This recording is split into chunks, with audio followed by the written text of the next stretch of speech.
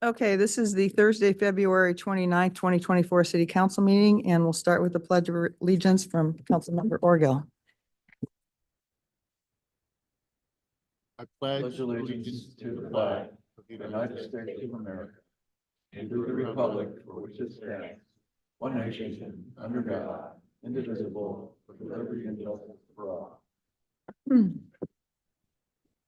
Roll call, please, Anne Marie. Councilmember Orgill, Here. Councilmember Weiss. Here. Councilmember Whalen, Here. Mayor Pro Tem Renagi. Here. Mayor Kim. Here. As we're coming out of closed session, I'll ask our city attorney, Megan Garibaldi, if there's anything to report out of closed session. Thank you, Madam Mayor. The City Council convened in closed session pursuant to the 8 items listed on its agenda.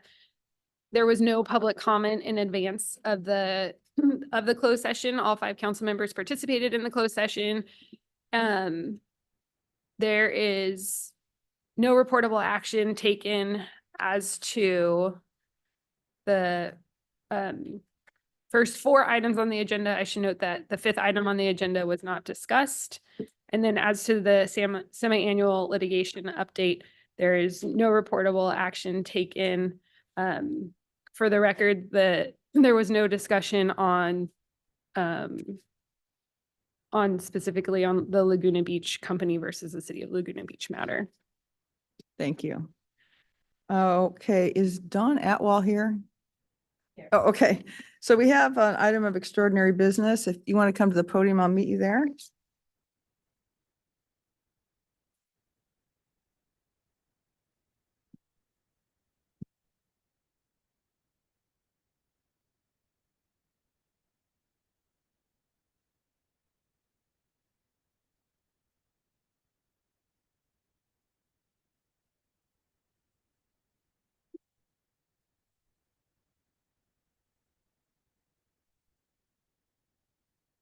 I also can't see without my glasses. Okay. Tonight we're here for American Heart Month.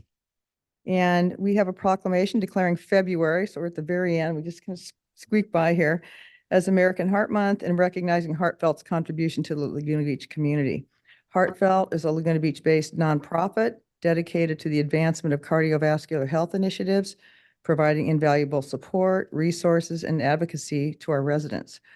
Heartfelt provides cardiac screening in order to save lives from preventable tragedies due to a sudden cardiac arrest or cardiac death, excuse me.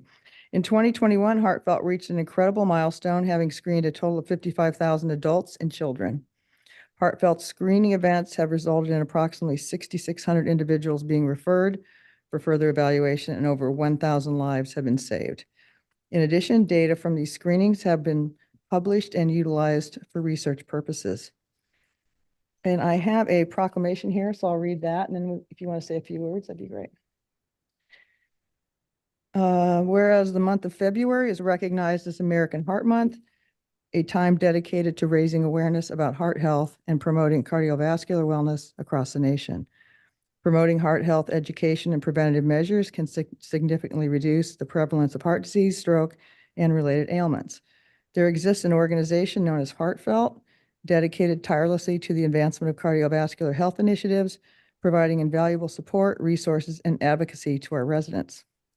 The efforts of Heartfelt have resulted in tangible improvements in public health outcomes, increased awareness of cardiovascular risk factors, and enhanced access to vital resources and support networks for those affected by heart disease and related conditions. It is fitting and proper to recognize and commend the exemplary contributions of Heartfelt to the betterment of our community during American Heart Month and beyond. Now, therefore, I, Sue Kempf, Mayor of Laguna Beach, do therefore proclaim the month of February 2024 as American Heart Month in Laguna Beach, and extend our gratitude and appreciation to Heartfelt for their dedication, compassion, and tireless efforts in promoting cardiovascular health and well-being within our community. Would you like to say a few words? Sure. And then we'll take a picture. Let's step aside here. Hello, my name is Dawn Atwell. I'm a cardiologist. I have, this year will be 34 years. I graduated medical school, and I've really honored, the mayor and everybody for acknowledging Heartfelt. And actually, the honor should go to the founder. Her name is Holly Morell. And unfortunately, she cannot be here because her cousin is actually dying of cancer in Oregon, so she had to fly over there. But she founded this organization, and she has the condition called hypertrophic cardiomyopathy. And half of her family members have suddenly died of this condition. So the organization that we have is where we screen young kids and especially competitive athletes to identify early congenital conditions like cardiomyopathy. Hank Gathers, for example, Loyola Marymount, 1990, when he was playing basketball, he suddenly died. And actually in the last,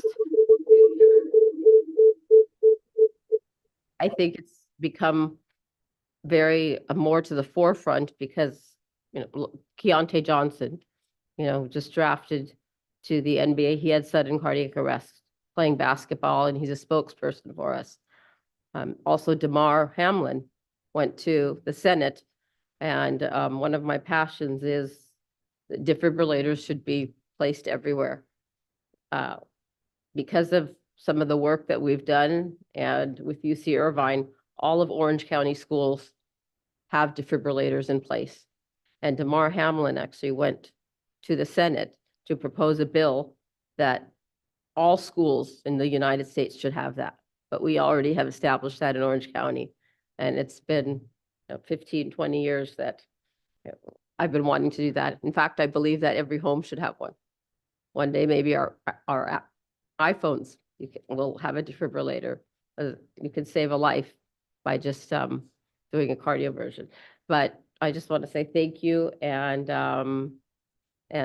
yes, we're honored that you recognized us. So. Take a picture of them.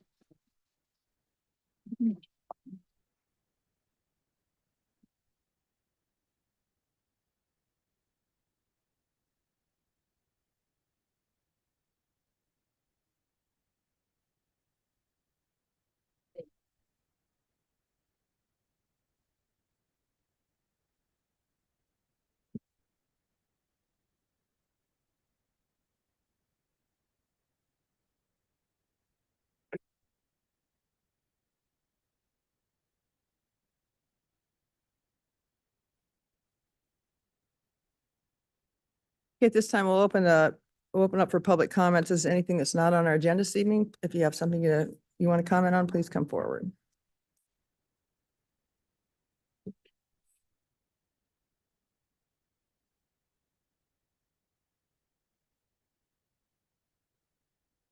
I would like to ask Madam Mayor to not allow any of the other city council members interrupt me while I'm speaking, because it's inappropriate. My name is Michael Ray. I live at 870 High Drive in Laguna Beach. I'm here today to address the lies that the council's designated bully, George Weiss, also known to me, frankly, as George Wasted, because how he appears, as though he spent 500 days in a row dropping acid in the desert. Sorry, that was a sidebar, my only comment. I'm here to call out the lies George Weiss, the bully, now is utilizing to promote his next campaign. Let me give you some background. Weiss's main opponent in his last campaign was Larry Noakes. Weiss planted a huge truck outside Larry's office with images of Huntington Beach's high-rise hell and claiming Larry would turn Laguna Beach into Huntington Beach. That was a bald lie, and Weiss, knew it. Did he care? Of course not, but it won him the election. Once in office, he wasted no time lying about others and bullying them, like the old city manager. He lied about her and so bullied her that she was awarded a $500,000 settlement not to sue. So congratulations, George. You cost the city $500,000. Now Wasted is running yet again on the old canard that developers are trying to destroy Laguna and are even in cahoots with other members of the city council, which lies he intends to use to promote his next campaign. They are all lies, all of them. George knows it and yet again does not care. Instead, he is using it to bully this council and yet again obtain office through his lies so he can regain his exalted chair and continue his lies and bullying. I am now asking the city clerk to distribute for all of you the lies Wasted sent out through his private email server to his supporters. He then spread that to social media. They're all lies. I am now asking the city council to deliver, or the city clerk to deliver to Mr. Weiss another letter. It is a formal cease and desist letter from my attorney about his lies. I stated before that lies sent his emails by his private email server. This means the city is not obliged to pay for his defense. So I truly hope, Mr. Wasted, that you continue your lies because it's going to cost you personally. I conclude with the same statement. George Weiss is a liar and a bully. Yes, a liar and a bully. Again, George Weiss is a liar and a bully. Such a deeply flawed man Michael, you're over your- should never serve on any public body and certainly not on the city council of Laguna Beach. Okay, Thank you. anybody else have comments that are not on the agenda this evening? Okay. I will close. Oh, okay.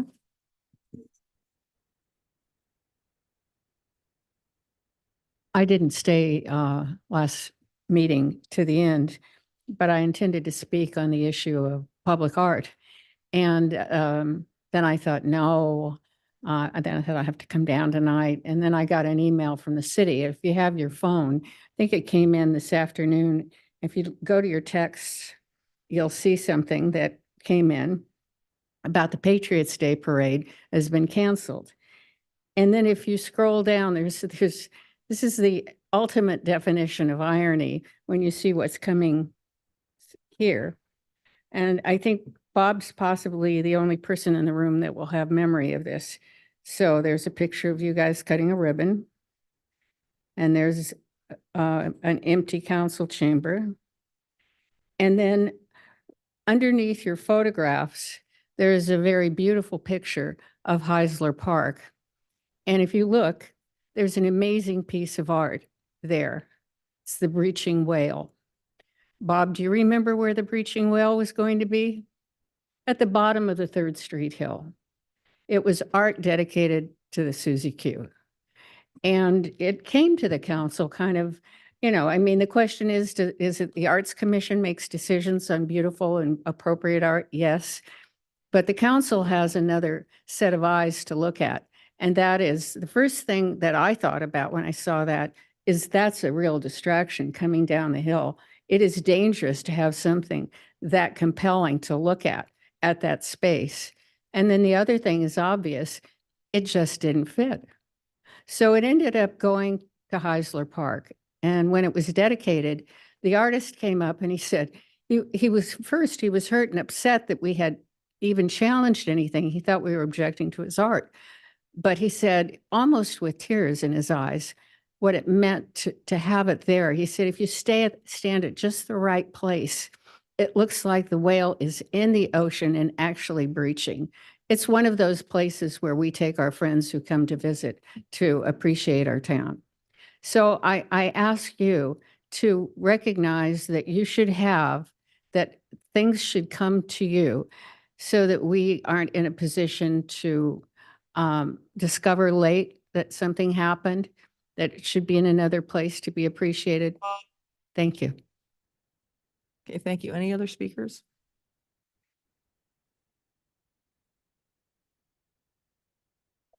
Hey, council. Ruben Flores.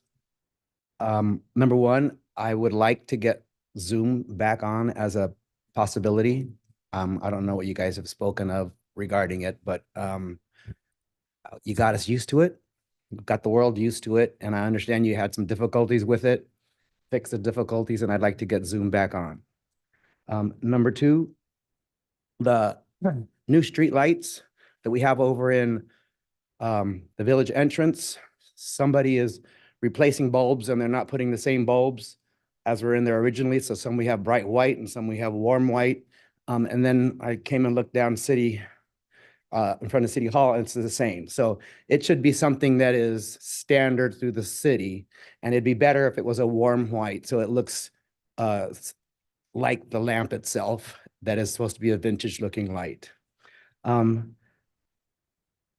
I sent you all an email regarding the appalling condition of the plant life that's on Broadway, just as you pass Hanauer's building going towards the ocean.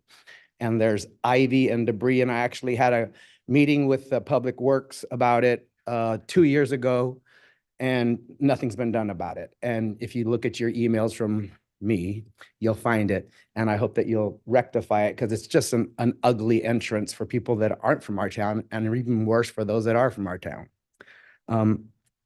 Number 4 or 5, many years ago, I brought up the idea of changing the entrances to our town that says, "Welcome to Laguna Beach, home of the pageant of the masters," blah, blah, blah. And I said, there's plenty of other organizations in our town that we could be highlighting. Why can't it say PMMC or LCAD? There's plenty of things to be proud of.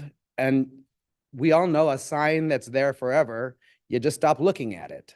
So why don't we change those out every year so that we can go by and say, oh, I forgot about LCAT, or oh, I forgot about PMMC, and that we're actually announcing something that people are going to read. Next item is Caltrans. I'd like to do a shout out to Caltrans. Man, are they doing a lot of work on our streets and our curbs and our sidewalks. And I think we missed an opportunity to get some trees planted while sidewalks were up. I don't know if anybody here on city council bothered to have a conversation with them and say, hey, can we put some trees in, or can you leave us some tree wells while the sidewalks are up?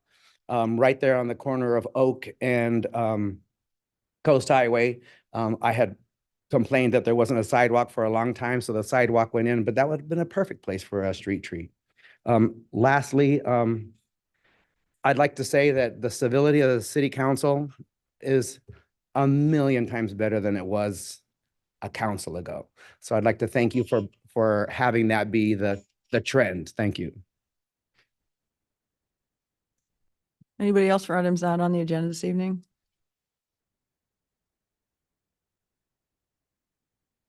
Okay, I'll close public communications. Okay, well, we're going to go to council and city manager comments. I'll start with Gavin, who's sitting in for Sean Joyce this evening.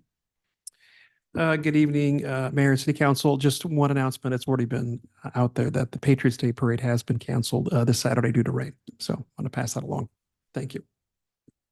Thank you, Gavin. Councilmember Weiss? Thank you, Mayor. I don't really have anything.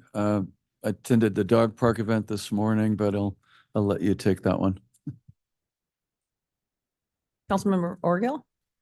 I attended the dog park opening today as well, and it was amazing. All of the dogs were just going wild over it. There must have been 25 of them. And the Boys and Girls Club pancake breakfast this morning at 7:30 was also a real treat. Councilmember Whalen? Nothing this evening. Yeah, I also attended the dog park opening, and I appreciate the work that, or Senator Min's willingness to help provide funding for that. And I agree with Mark's comments about the Boys and Girls Club breakfast. It's always a fun time. It's the longest introduction I've ever been a part of, but I always enjoy it. And so that's what I have. Thank you. Oh, wait, one more thing, actually. Sorry. Senator Min introduced legislation. I think the bill is SB 1055. Yeah. And so we're going to be, Councilmember Orgill and I are on the ad hoc for that. So we've been working with our lobbyist and with Jennifer Savage and Jeremy and Senator Min's office to move that forward and hopefully get that passed to address the issues with the 25-foot ADUs. Yeah, that was a really good move by both of you. I think the community, whether or not it goes through or not, is one thing, but the community is going to appreciate the effort. it's unfortunate the Patriots Day Parade is canceled. Those people, I feel bad for them. They do so much work and so much planning. I think, we had it last year, but I think the year before it got rained out too. So I saw everybody, all the volunteers kind of collecting all the stuff that they were going to put out on my way down to, it's unfortunate. Today at the Boys and Girls Club breakfast, what was notable to me, what was wonderful anyway, but what was notable to me was the firefighters cooked us breakfast. And we had a lot of representatives from our police department there. We had it in the gymnasium. It was kind of a, I don't know, kind of a relaxed, kind of the kind of environment you should have in a gymnasium. A lot of the 5-year-old or 3-year-olds or 4-year-olds were dancing up there and doing their wiggle dance. It was just adorable. And we did dedicate the dog run up at Molten Meadows today. And I kind of feel for Public Works because I don't know how long that grass is going to last in there, but so the good news is we get the money to put it in. The bad news is we have to have a line item for maintenance, I'm afraid. So anyway, it was a good event. So with that, we will go to our regular order.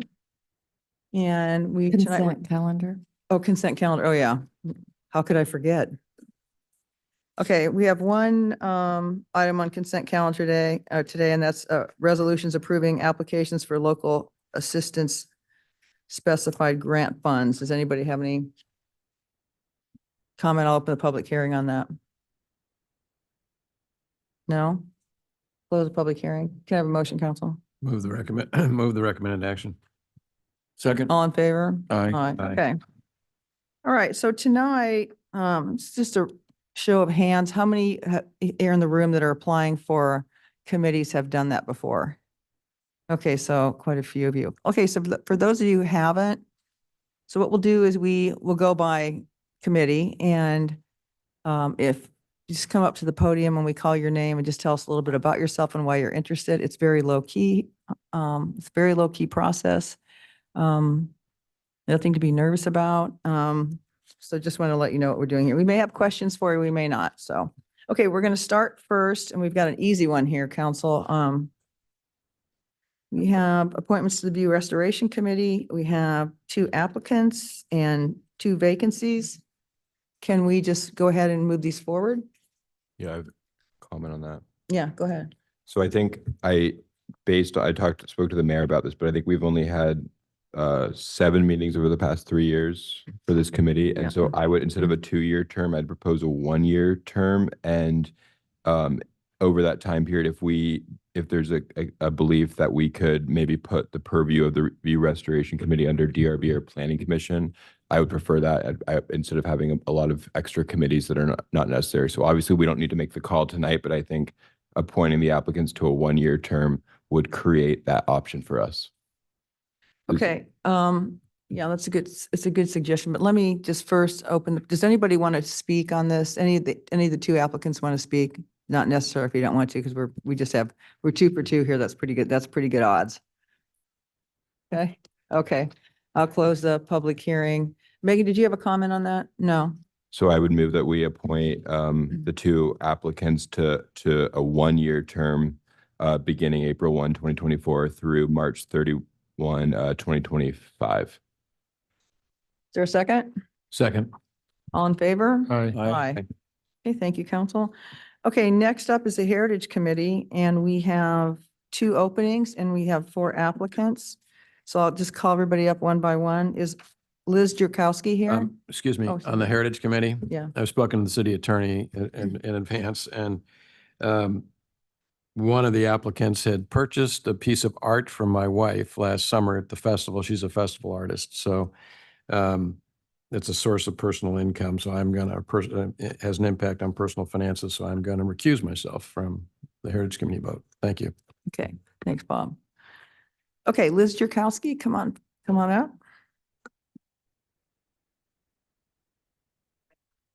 Me too. Thank you. My name is Liz Drakowski. I have seen the backgrounds of the other candidates, and I'll admit that my professional background is a little bit lacking. Nevertheless, I hope you will consider my application. I have outlined 3 reasons why I believe that I would be a good fit. Firstly, my own heritage. We all have a Laguna story. That's why we're here. It is rare, though, to find one with a story that goes quite as far back as mine. My great-grandparents settled in Laguna nearly 100 years ago. They built the first home here that had a cement slab. They witnessed the original lifeguard tower moving from Union Oil across PCH to Main Beach in 1937. My mother, born during the Great Depression, spent the summers in Laguna with her grandparents. She felt safe here. So my parents' dream came true when they finally found the means to move to Laguna, and then I was born. I am a Laguna native through and through. I played on the original Dolphin at the playground at Main Beach. My first pair of shoes were from Axe Lines on Forest Avenue. I learned to drive a stick on these Laguna Beach hills. My first job was on Forest, and my first date was at the theater. Our home burned down in 1993. I left when I graduated from high school, and since then I've lived in 4 different states and have lived and worked in 10 countries on 4 continents. But my husband and I both knew that one day we would return to Laguna Beach. We finally came home last summer. My perspective as a native, but also as one who has experienced, seen, and lived elsewhere, would serve the committee well. It would benefit the Heritage Committee to have somebody with a personal connection to the heritage of Laguna, but also with a global perspective. Secondly, I fully understand that the Heritage Committee is tasked with the fascinating challenge of balancing the rights and desires of the property owners with the vision and history of the community. Laguna has a wonderfully unique blend of history, culture, art, tourism, and pride. It is an oasis of acceptance where people choose to live because of its charm, heritage, and culture. The task of the Heritage Committee is not easy. Maintain the historiography of this wonderful town while also allowing for vision and practical perspective in this rapidly changing world.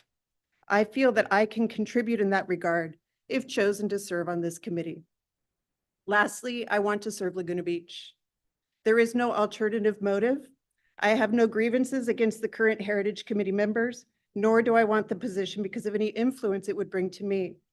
Laguna is my safe place, as it was my mother's and my great-grandparents'. I want to serve so Laguna's charm and history will work seamlessly with new, fresh ideas so that one day our children and grandchildren will be proud of the town that we leave for them. Thank you for your time, and I look forward to working with the Heritage Committee. Thank you, Liz. Okay, Linda Morganlander.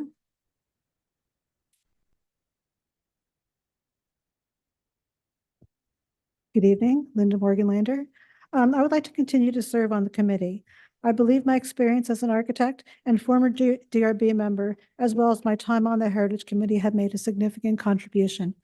Our newer members are getting up to speed on the intricacies of the committee's work, and I believe I bring a depth of knowledge and experience that are important. Last year, I attended the SOI Standards Boot Camp, which could be something that from which all members could benefit. My experience working on historic projects and processing projects through the city has also been useful, particularly when we deal with more complex building matters. I hope you will continue to support me. Thank you. Thank you, Linda. John Stordahl.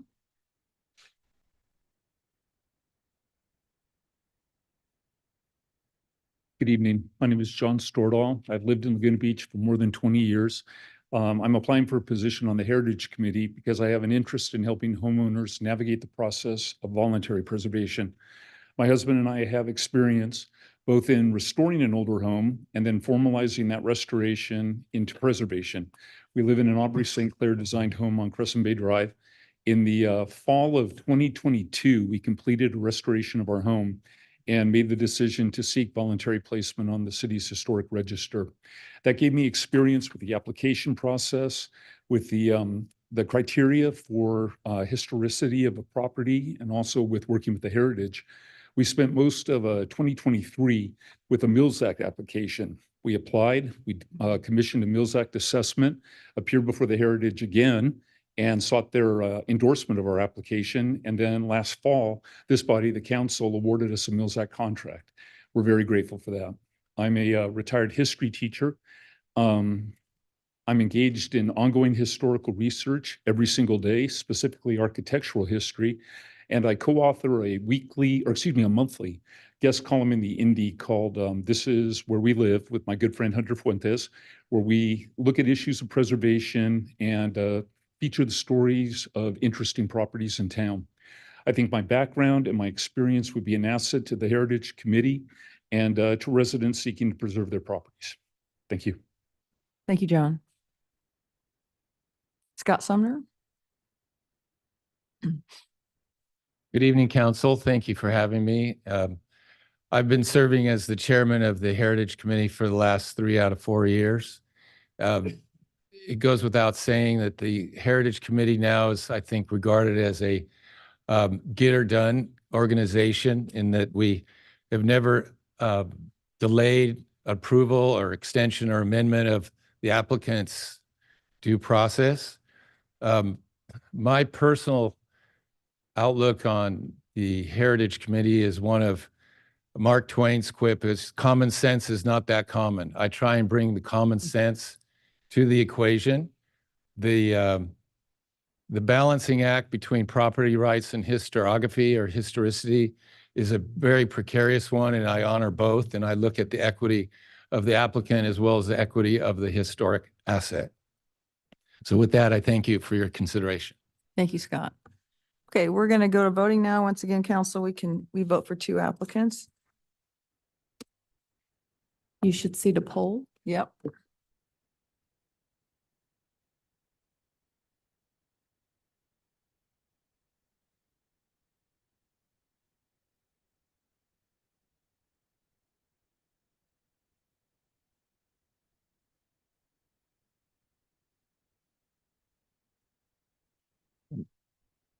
And a question for the city attorney. I don't know if this is, I don't think we know if we can talk about this now, but going forward, could we have some sort, Linda referenced the Secretary of Interior standards training? Is that something that we could have all of the Heritage Committee members participate in, or some sort of a training, so that when they're looking at these Mills Act applications, they have that training to be able to apply the standards correctly? Yes. And so would I bring that back as a future agenda item, or how would I do that? We can coordinate with staff to make sure that whoever's on any of the committees that are appointed tonight has adequate training. Okay. So so can is that direction I think- given now, or is this, would that be later? Well, I think it's sufficient direction now, because I think it's all of the committees will need requisite training, and all the members. And so I don't think it's a separate agenda item. I think that's the obligation of the city. Perfect. Thank you. Okay, and the voting was unanimous. Linda Morganlander has been reappointed, and John Stortle, you have been appointed to the Heritage Committee. Okay, congratulations, Linda and John. And those of you who are not selected, don't give up. You know, we constantly have committee appointments throughout the year, a couple times a year. So if you want to apply again, don't give up. Okay. Next up is appointments to the Design Review Board. Council, we have 2 openings and we have 4 applicants. The first is Emer Bata.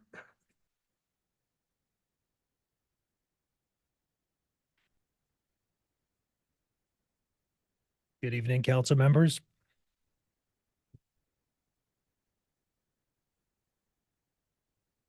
So I wanted to just tell you a little bit about myself. As a licensed California engineer, licensed general contractor, local builder, local business owner, local startup business owner, started a business here in Laguna Beach in 2019. We've been successful ever since. Local father and local husband, and a local homeowner. Served in the View Restoration Committee, and I currently serve in Laguna Beach Rotary since 2020. I've been formally educated as a civil engineer, got my master's in structural, and I've also practiced as an engineer, licensed. I'm no stranger to hard work. I put this city first, day in, day out as a builder here. I care about the residents here, much like you do. the goal for me through View Restoration Committee or through Design Review Board would be to preserve the character and charm of this amazing town and leave it better than we got it, which has been amazing. So those are my goals. I think there was some potential concerns about a conflict, so I went back for the past 2-year term. I just wanted to submit this to each of the council members so they have this. And I looked up all of the Design Review Board cases. Of total, I think there were about 342, 5 of which were presented by architects that we've worked with in the past, and 0 we've actually were a builder on. Personally, it was not a builder on any of those that we submitted. So I just wanted you to have a copy of this, if that helps any of your decision making. But I just also want to say thank you, and I look forward to hopefully serving this town. Thank you. Okay, thank you, Emer. Okay, Mary Jo Covney.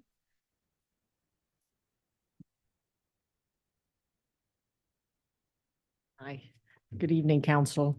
I'm going to read because even though I am a thespian, I still get nervous when I get on stage. So thank you for considering me for the position on Design Review Board. I chose to throw my name in the hat for this important community board as I believe my work experience in global event production, design work, as well as having acted as my own general contractor for our renovation here in Laguna are all strong transferable skills. My ability to reason, my fair thinking, as well as my heartfelt wish to keep Laguna unique and evolving, I think makes me a fine addition to an already excellent board. I reached out to the DRB members and asked if I could shadow for a site visit with them, as I wanted to see their individual style and perspectives. I wanted to make sure that this role felt like the right fit for me to volunteer and to put in the time and support required. Kindly, they agreed, and I joined on several site visits. It was super informative and, dare I say, fun. We have some lovely homes in this town, amazing homeowners, and visionary architects. It was great to get up close and personal with them, and it was eye-opening on many levels. Laguna is unique in the fullest sense of the word, from its roots to its recent growth and its dreams of growth. I want to keep that balance going. I want to collaborate in managing growth with respect to the existing design integrity. Personally, having been nervously in front of DRB as an applicant and as a person impacted by neighborhood builds, the DRB was a very good experience, and I was grateful they were there to help guide us. I understand the balance and finesse that must be maintained when parties may not see eye to eye. I also hope to support the board on refining the DRB criteria that is an imperative process for evaluating each project. I know DRB is not an easy job, but it is essential for this board, for this special community, and I would welcome the chance to support the efforts. Thank you. Okay, thanks, Mary Jo. Jessica Gannon.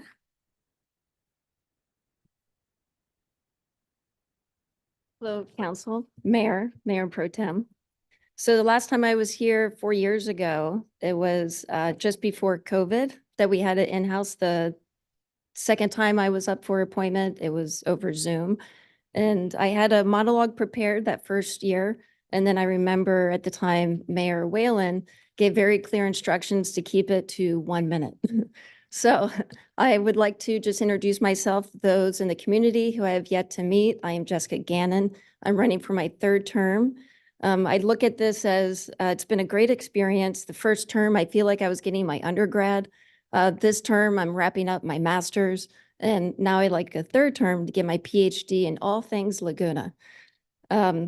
Great speakers, by the way, great candidates. I think we have a future leading this is my final term. So I believe we have some good candidates currently and in the future. And I've had the honor of sitting next to Chair Sheridan for the last year and being Chair Pro Tem.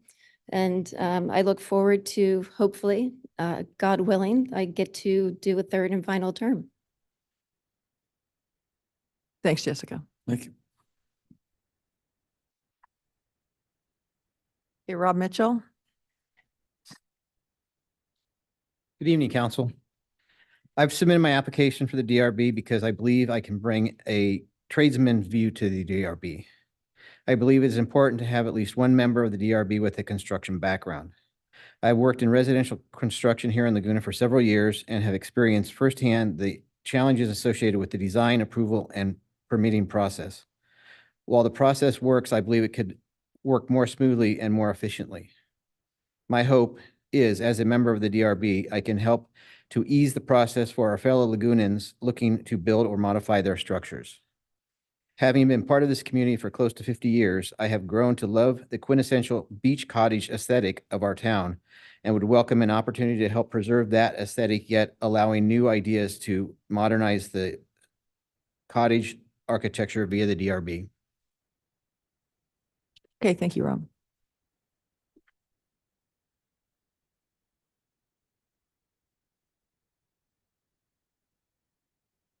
Okay, council, you should see the poll.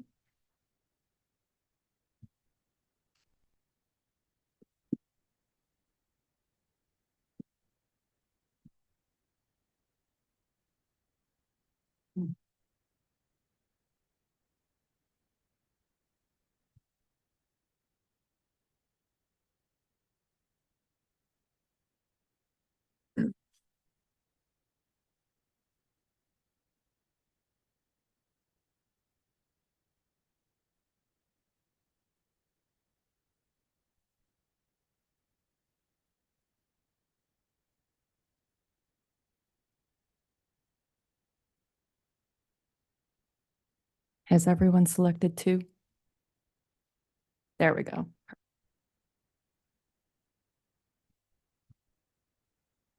Okay, so we have MJ Cavini, unanimous, and Jessica Gannon had 4 votes, and Amir Bauta had 1 vote, and so it's probably easier to say Councilmember Weiss voted for Amir, and then it was unanimous for the others 2. Okay, thanks, Anne Marie. And congratulations, Jessica and Mary Jo. Looking forward to your work on the committee. And for those of you who weren't selected, you can always reapply. Thank you so much. Okay, next up, we have appointments to the Parking, Traffic, and Circulation Committee, and we have 4 openings and we have 10 applicants. So we'll start first with Lawrence Eston. So Lawrence did let me know that he would be unable to attend, so I will read his brief statement since I didn't get it in time to send it ahead of time. Good evening, Mayor and members of the council. My name is Lawrence Eston, and I am a 20-year resident of Laguna Beach. I seek appointment to the PTC. I am a former member of both the Housing and Human Services Committee and the Parking, Traffic, and Circulation Committee. I would like to rejoin the PTC to continue to contribute to the city on PTC issues. I see the core mission of the committee as hearing the concerns of residents and businesses. I strive to listen respectfully, ask good questions, and if needed, to propose alternatives that meet the interest of all involved. I think this is how the PTC can best serve the residents, local businesses, and the council. I am a former deputy DA, sit as a temporary judge in Orange County, and have worked as a litigation defense attorney involving car, motorcycle, and trucking accidents for more than 35 years. I have also recently been appointed to my law firm's DEI committee the same day as our ill-fated meeting. Like everyone there at the last meeting, I was horrified by the hateful language used by those intent on disrupting and manipulating the meeting. However, I admire so much the grace and skill that you exercised, along with how you navigated the situation and balanced First Amendment and Brown Act issues while still being sensitive to the public. Thank you for your consideration in appointing me to the PTC. It is a real honor and joy to get the chance to join this committee. Okay, thank you. Matt Hendrick.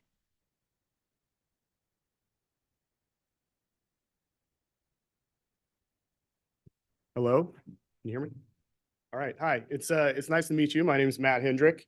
A little bit different. I've only lived in Laguna for about 4 years. Moved here with my family about 4 years ago. And literally from the first day we got here, we just felt so welcomed. Just the warmth and all the families that we met and our friends and the local community, local businesses.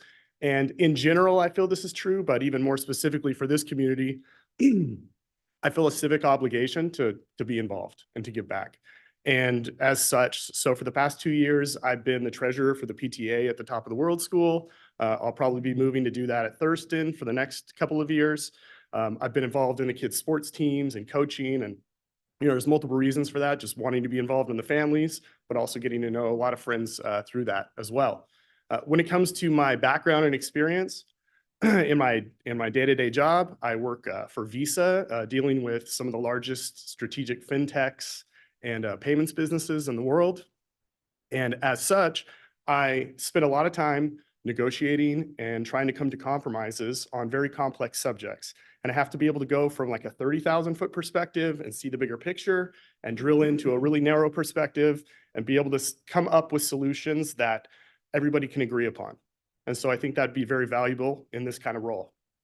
Finally, the last thing I'll say is that I have a vested interest in parking and traffic in Laguna Beach, as we all do, but having 2 young boys, 9 and 13, they're walking, they're riding their bikes, they're around all the time. And I want them to be able to live in a place that's safe and not, have to worry as much as I otherwise might when they're out there in the world and I'm not around. So thank you very much, and I hope you'll consider me. Thank you, Matt. India Hines here? I don't see her. So she was one that also could not attend. I did send her statement ahead of time, but I am happy to read it if the council would like me to read it. Sure, go ahead. No? The committee that I would be seeking to participate in would be the parking committee. I have been involved in the past with the environmental committee. I learned a lot and believe that my input assisted with cost-effective ideas and solutions. That is what I can bring to the table. I sold my business in 2022, and my time since has been settling into retirement, volunteering at PMMC, travel, art classes, and art contests in Laguna Beach, as well as teaching some fitness classes at Art of Fitness. Having been a CEO for more than a decade, I understand budgets and how to manage people and issues that need a solution. My purpose is to volunteer and give back to my town with the skills I have acquired. Thanks, Anne Marie.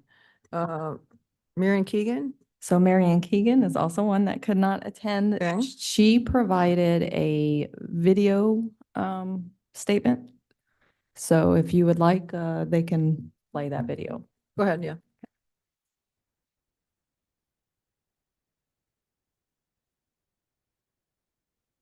Hi, I'm Marion Keegan. I'm a 25-year resident. I've been a homeowner here for 25 years. I've also had a business here for 22 years. And I raised my daughter here. She went to El Moro, Thurston, and Laguna Beach High School. So I guess you could say I'm a bit of a Lagunatic, and I wear that badge proudly. I was hoping that I get to meet you guys in person. And I was actually there, but then we had that Zoom bombing, and we unfortunately didn't get to have a one-on-one conversation. And I will be leaving this Thursday for Kenya with 2 helping hands. They build wells for clean water for children. Every 15 seconds, a child dies because they don't have clean water. So I'm going there. I'll be there 10 days. And unfortunately, the second opportunity to meet you happened to fall the day that I'm leaving, actually the day before, a day after I'm leaving. So a little bit about me. I wanted to volunteer because I have a little bit more time now, and I'm interested in the Parks and Recs committee, and I'm also interested in the parking committee. I think I might be better suited for the Parks and Recs committee because I have a master's in exercise physiology, and I run a fitness center here in Laguna Beach, so I have quite a lot of experience in the fitness industry and in the Parks and Recs area too. So I think I could be a big help there, but I'm just willing to go wherever you need me and just let me know where I'm needed. Again, I really am bummed that I didn't get an opportunity to address you at the last meeting, but it was an unfortunate situation with what happened with Zooming.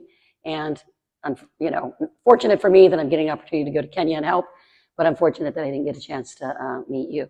Again, if you have any questions, you can just let me know. I can meet anytime before or after. I will be back. I leave on the 28th, and I will be back on March 10th. So I would love to meet you guys one-on-one, and I hope you consider me. I think that I could have a very good perspective, considering my background on Parks and Rec, And I think that having been a member of the community for so many years, I think I have a pretty good handle on the pulse of Laguna Beach. And I am absolutely in love with Laguna Beach as a community. So it would be my honor to help any way I can. Thanks. Okay, is Lorianne Meyer here? Yes.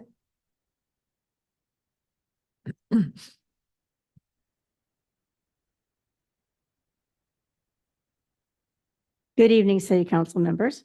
My name is Lorianne Meyer, and my husband Richard and I have lived in Laguna Beach for 47 years. I have served on the Parking, Traffic, and Circulation Committee for 4 years and was chair in 2022. My prior experience was as Laguna Beach Housing and Human Services Committee chair for several years, ending in 2015. I retired as the executive director of the Laguna Beach Board of Realtors in 2018. My prior career was with Xerox of 33 years. I would like to reapply for the Parking, Traffic, and Circulation Committee. Most of the committee members have only 1 year. The current committee members only have 1 year tenure, and there are 2 of us reapplying. It is a committee that builds on the history and expertise of traffic laws, past solutions for neighborhood problems, and solving the problems, and running a good meeting, an effective meeting every month with a lot of the citizens involved. With the support of our city council member, Alex Renagi, and staff liaison, Josh McDonald, we are adding a broader engagement with the city parking and traffic solutions, positioning the committee as a resource and an expertise in our concentration area. We'd like to get more involved with the city. It is important to have some former members to guide the new team as we integrate the individual neighborhood problems while we support the new programs in the city traffic agendas. The public relies on attending our meetings and to share their neighborhood issues and to elevate the issues to the city council. The committee has successfully recommended improvements in these neighborhoods based on public feedback. Our goal is to expand our function to include collaborating with the Environmental Sustainability Committee and to work with the City of Laguna Beach on the complete streets recommendations, as well as using traffic data from the city departments to further focus our areas of need. The data-driven approach is required to prioritize areas of the city needing support. The data needs to be collected from a wide variety of areas like police, fire, parking citations, and when necessary, Caltrans to look at pedestrian safety studies. Transparency in data collection and interpretation is required by the committee and the public. They ask for it every time we meet with them. To date, we have not received the data in a timely fashion, and we're hoping that meeting with the city manager and other members, we will get good data so that we can be very effective in the city. Any questions? Thank you. Brandon Ripien?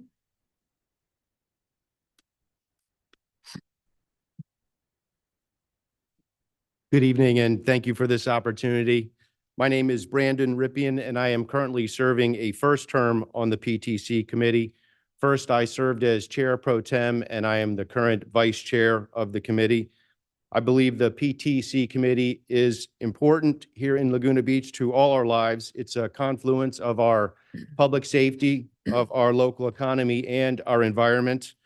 I have taken my appointment to the PTC committee very seriously. I have the best attendance record of all committee members, and I've worked very hard to represent the interests of my fellow Laguna Beach residents and the City Council. I wish very much to continue my public service and serve our wonderful city, and I respectfully ask to be appointed to a second term. Thank you for your consideration. Thanks, Brandon. Michael Rosenberg? Michael here?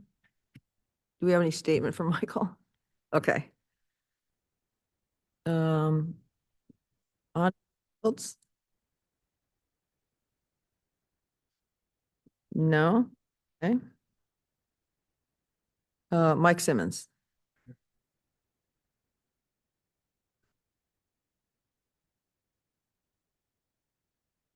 Good evening, council members. My name is Mike Simmons. I'm a 5-year resident of Laguna, so I've got you beat there, but 20-year wannabe resident from over the hill and a day tripper for 20 years. Love this town, as probably everybody here does. My wife and I always say that our goal is to die here. But my stretch goal is to find a way where my kids can stay here and build a family here if they choose to, along with other young families. And, I think that presents a challenge in a lot of different ways in the city. So I plan to be here for a while. I get a lot out of the city, and I feel I have a duty to give back. So, this is an area, the Parking and Traffic Committee, I think, is an area where I can be put to highest and best use to give back. My background for the last couple decades has been building companies in the traffic safety space. I helped start 3 different companies that built software for insurance companies that help measure road safety, driving safety of drivers, and been working in the mobility space, making mobility safer and more affordable, more sustainable for the last 20 years. So it's kind of in my strike zone, and would love to be a part of helping the city if the city wants me to. Yeah, I'm here to help. Like to raise my hand and hopefully work on some immediate problems, where I can be helpful around parking and traffic, and then longer term, hopefully get a chance to work on some meatier problems like how we can make the city a more bike and pedestrian friendly village, and help cars kind of blend seamlessly into the fabric of the city in a safer way. So thanks. Thank you, Mike. Simone Sproul. All right, good evening, council. I'd just like to start, Dawn, I took your screening this month. So I saw the article in the newspaper, and I went and did the screening. So thank you. I have a heart, apparently. So, I first moved to Laguna Beach in 2001. I live in the village with my wife and daughter. My daughter's at Thurston. And in my application, I talked about mobility more than just parking and traffic and circulation. And I say that coming from a background of having worked over 30 years in the automotive industry around the world. So I've worked for companies as varied as Ford, Nissan, Tesla, even Aston Martin. And if I think back to when I first moved to Laguna Beach in 2001, it was such a different world in the mobility space. We didn't have connected cars. We didn't certainly have autonomous vehicles. Shared mobility was really just taxis. And electrification had been and gone, and certainly was not looking so healthy. And so we arrived today with the California ZEV mandate barely a decade away, and a city that clearly has a lot of challenges as it relates to the incoming and outgoing and general flow of traffic around our community. And I simply offer the benefit of my experience and service in the automotive industry and understanding the wider challenges of the mobility sector, and hope I can return something back to the community that I've lived and loved for many years. So thank you for considering my application. Thank you. Okay, thank you, Simon. Okay, I think we're ready to vote.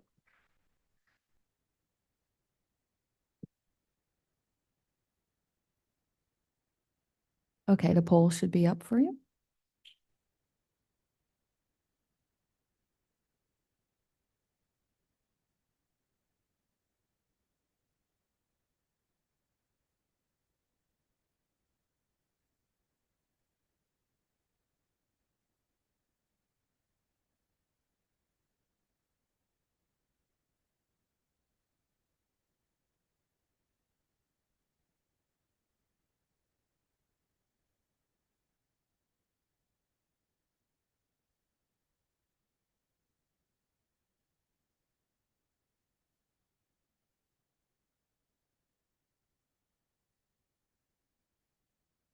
Okay, we will have to do a second vote, but we do have 3 that did get appointed. So Simon Sproul, Mike Simmons, both of you were unanimous. Lorianne Meyer, you received 3 votes, so you will also be appointed. The tie will go between Brandon Ripien, Matt Hendricks, and Lawrence Eston. So just give me a moment while I get up the second vote.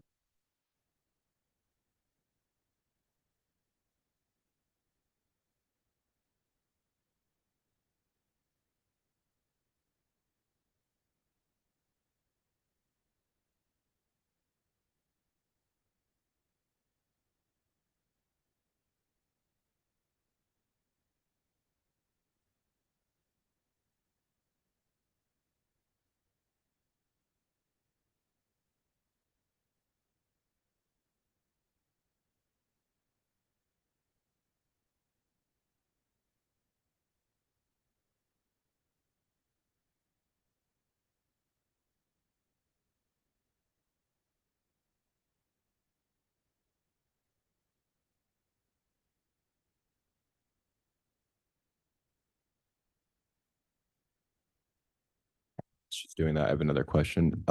Is there, because I have to miss a lot of these I'm the liaison and I have to miss a lot of the meetings because they're at the same time as our water district meetings are typically. So if we wanted to go about changing the committee date, how would we go about doing that in the future? I think that the time is set by resolution or ordinance. And so we would just need to bring back the resolution for consideration of a different day or time. Or alternatively, someone else could take it. Well, not all of us are on the water board. Well, that's the problem. Because I feel bad every time I miss the committee because I'm supposed to be there. It's not the biggest deal in the world, but just maybe going forward, we could figure out a way to We can not have it at the same time because it'll create a conflict for anyone who's in that position. You can make some of them though. Okay, you should see the poll up. You're selecting one. This is to fill the final opening.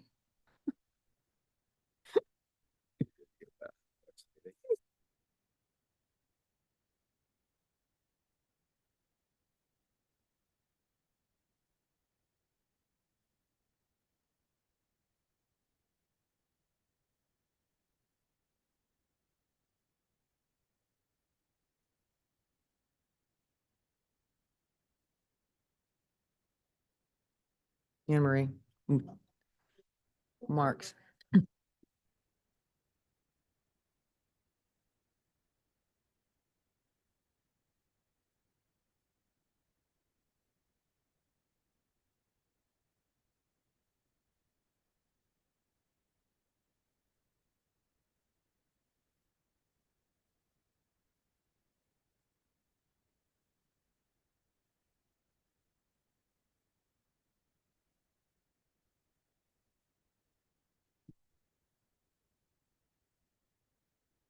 Okay, Brandon, you will be filling the fourth spot. Matt, you did get one vote. So 4 votes went for Brandon and 1 vote went with Matt. So congratulations to our new PTC members. Okay, thank you, everyone. Okay, next up is the Environmental Sustainability Committee. And we have 7 applicants and we have 1 position. And first up is Steve Chatema.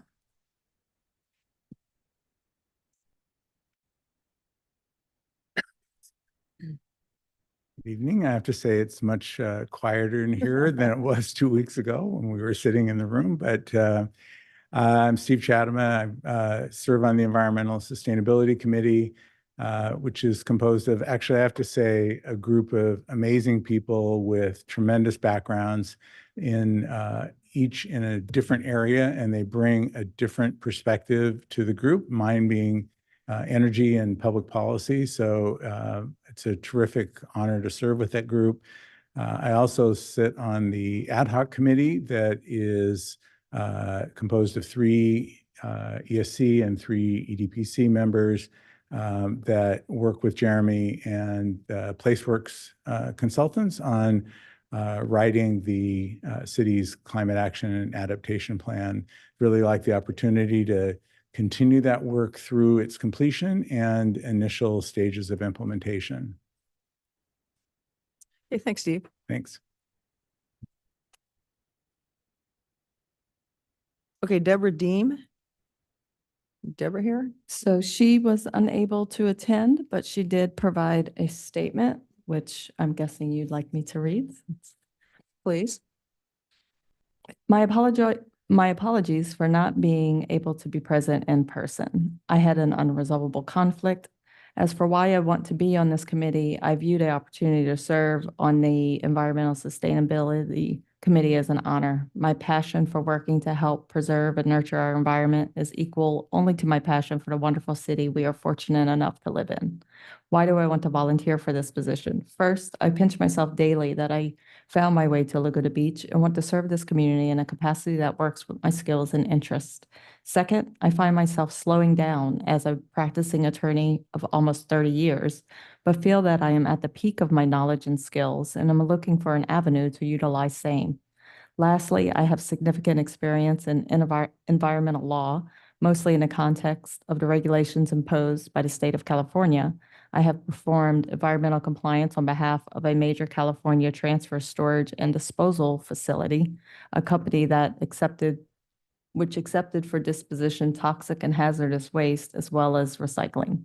If accepted, I promise that I will devote whatever time is needed to discharge the responsibilities of the position and more. I look forward to meeting you all. Okay, thank you. Is Alexander Grape here? No, okay.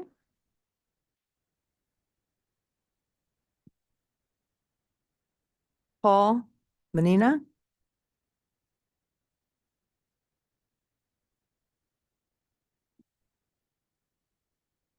Good evening. My name is Paul Menina. I applied last year and I'm back. Instead of rattling on about how qualified I think I am, I'd like to touch on 3 points. First, one, it's not my call, but if I were a member of the council, I would probably vote to reappoint the incumbent, Steve Chatema. Continuity is very important, particularly in the midst of creating the new climate action and adaptation plan. So there goes my candidacy, but I'm not going anywhere. I'll be back next year. 2, I'd like to issue a challenge to all of us. We can and must do more. Meeting requirements set by the state is very important, but by definition, those requirements are designed as a least common denominator that everywhere in the state it should be able to meet. I think we can do more, and we should see those as a starting point, not as an end goal in and of themselves. I would like to help Laguna Beach become a city that other cities look to as a leader in environmental sustainability. I'd like to read a list of cities in our region. They have at least one thing in common, maybe others. Claremont, Glendale, Los Angeles, Pasadena, Culver City, Santa Monica, Burbank, San Diego, El Cajon, Oceanside, San Juan Capistrano, Irvine. Probably missed a few and the list is growing. What do they have in common? All of these cities have joined the hundreds of cities around the world that are actively implementing zero waste programs with a goal, working towards the goal of zero waste to landfill. Why aren't we on that list? Thirdly, getting stuff done, resources. Getting stuff done requires time, people, money. I get it. As I see it, we have 6 highly qualified candidates, plus me, who are vying for the privilege of the chance to work for free. So as I see it, the challenge is it's not a problem of a constrained resources. The challenge facing us is coming up with creative, imaginative ways of putting to use the resources that are fighting to be able to be put to work. I'd love to be able to help. Thank you very much. Thank you, Paul. Emery, I don't think Ramin is here, is he? Yeah, he did provide a statement. Okay. Regrettably, I am unable to attend a special meeting on February 29th when you consider applicants for the ESC. I will be on a long planned vacation with my family. Instead, I provided a written statement. As I mentioned in my application, I am an experienced environmental attorney and advocate working on preventing climate change. I also worked for 5 years as senior counsel for New York City under Mayor Bloomberg on environmental issues. This provided me with a strong appreciation for the complexities of decision-making for city government. While there, I helped establish new parks, defend composting initiatives, and defended lawsuits challenging the conversion of the city's taxi fleet to energy-efficient vehicles. I also have developed familiarity with the ESC over the years and through my efforts to convince the city to stop using Roundup for fuel modification purposes. I appreciate many of the initiatives the ESC has led or worked on, including the plastic bag ban, the ban on anticoagulant pesticides, and the climate plan. I have a particular interest in the process of updating the climate plan, including exploring ways for the city to reduce its emissions through waste management, hopefully an issue to explore deeply with CR&R coming on board. Energy efficiency practices, buildings, exploring community solar projects, transportation, and other efforts. This work also dovetails into my professional work, which involves working with the C40 Coalition to help cities around the world better address climate change through their practices. I also am interested in exploring how the city will manage the impacts of climate change. I wonder if the city has explored loss and damage litigation similar to those other cities in California are bringing against oil companies. This would be something I would be keen to explore further. I am also motivated to make the ESC committee and local environmental issues more accessible to the public and in particular youth. I appreciate the efforts of the committee to have student liaisons, and I would like to explore further how to raise awareness of local environmental issues with our youth, including opportunities to have more student involvement in decision-making processes. Finally, I'd like to make a comment about the process of selecting applicants and the reduction of the size of the committee. I understand the motivation to reduce the size of the committee in line with other committees and city practice. However, I think this also underscores that there will be less opportunities for qualified and passionate members and allowing opportunities for new members, if qualified, to serve. Hold on, I skipped a line. For qualified and passionate residents to serve on committees. For this reason, I strongly advise that the city council consider limiting terms of members and allowing opportunities for new members if qualified to serve. While incumbent candidates have experience and are more than capable, I think there is a strong public interest in allowing or favoring applicants who have not previously served the opportunity to be on committees when positions are available. This also allows for a more diverse committee in the long term and new ideas. I appreciate your consideration of my application. Please don't hesitate to contact me. Okay, thank you. Is Ted Reckes here? Do we have any communication from Ted? Okay. How about David Womack?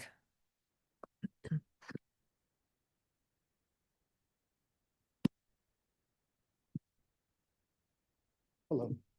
Thank you for considering my application. I applied for this on the behest of a friend who said they needed applicants. That's obviously not the case. So I'll be brief. I'm a longtime resident. I feel that we have an outsized need to protect our fragile ecosystems here. It's a small town, but we have very important ecosystems. And so I applied out of a spirit of volunteerism. I'm not sure that you really need my application at this point, but thank you for considering me. Thank you, David. Before I launch the poll, since this one is different, this is a 9-member committee with an alternate. So I submitted a recommendation based on the direction I received from the council at your strategic planning sessions to limit it to 7. If we limit it to 7, then you're taking those 10 members and bringing them down to 7. So my thought would be to fill 3 of the 4 openings with existing members of the committee. So you're not kicking people off the committee. And then just taking 1 applicant to fill the 1 opening. Obviously, the council can give direction of anything else. Just let me know and I'll adjust the poll. Just a quick question on that. So this contemplates that the alternate will become a regular member. Do we need to formally appoint that alternate to become the regular member? Or is it, do you understand my question? Yeah, although I think that would happen, sorry, Mayor Pro Tem. I think that would happen at the time, like, so right now they would be an alternate and then they would serve as an alternate. If they become a regular member, you would just later appoint them to become the regular member. No, what he's saying is based on my recommendation, we're filling 3 of the 4 openings with 2 of them are existing members. 1 is an alternate. So I'm saying automatically take that alternate and fill one of those 3 positions because that alternate's term is not up yet. Understood. Then yes, you would have to. Is there an issue with that? Or we could just come back with that? I don't think there's an issue with that. Okay. Yeah.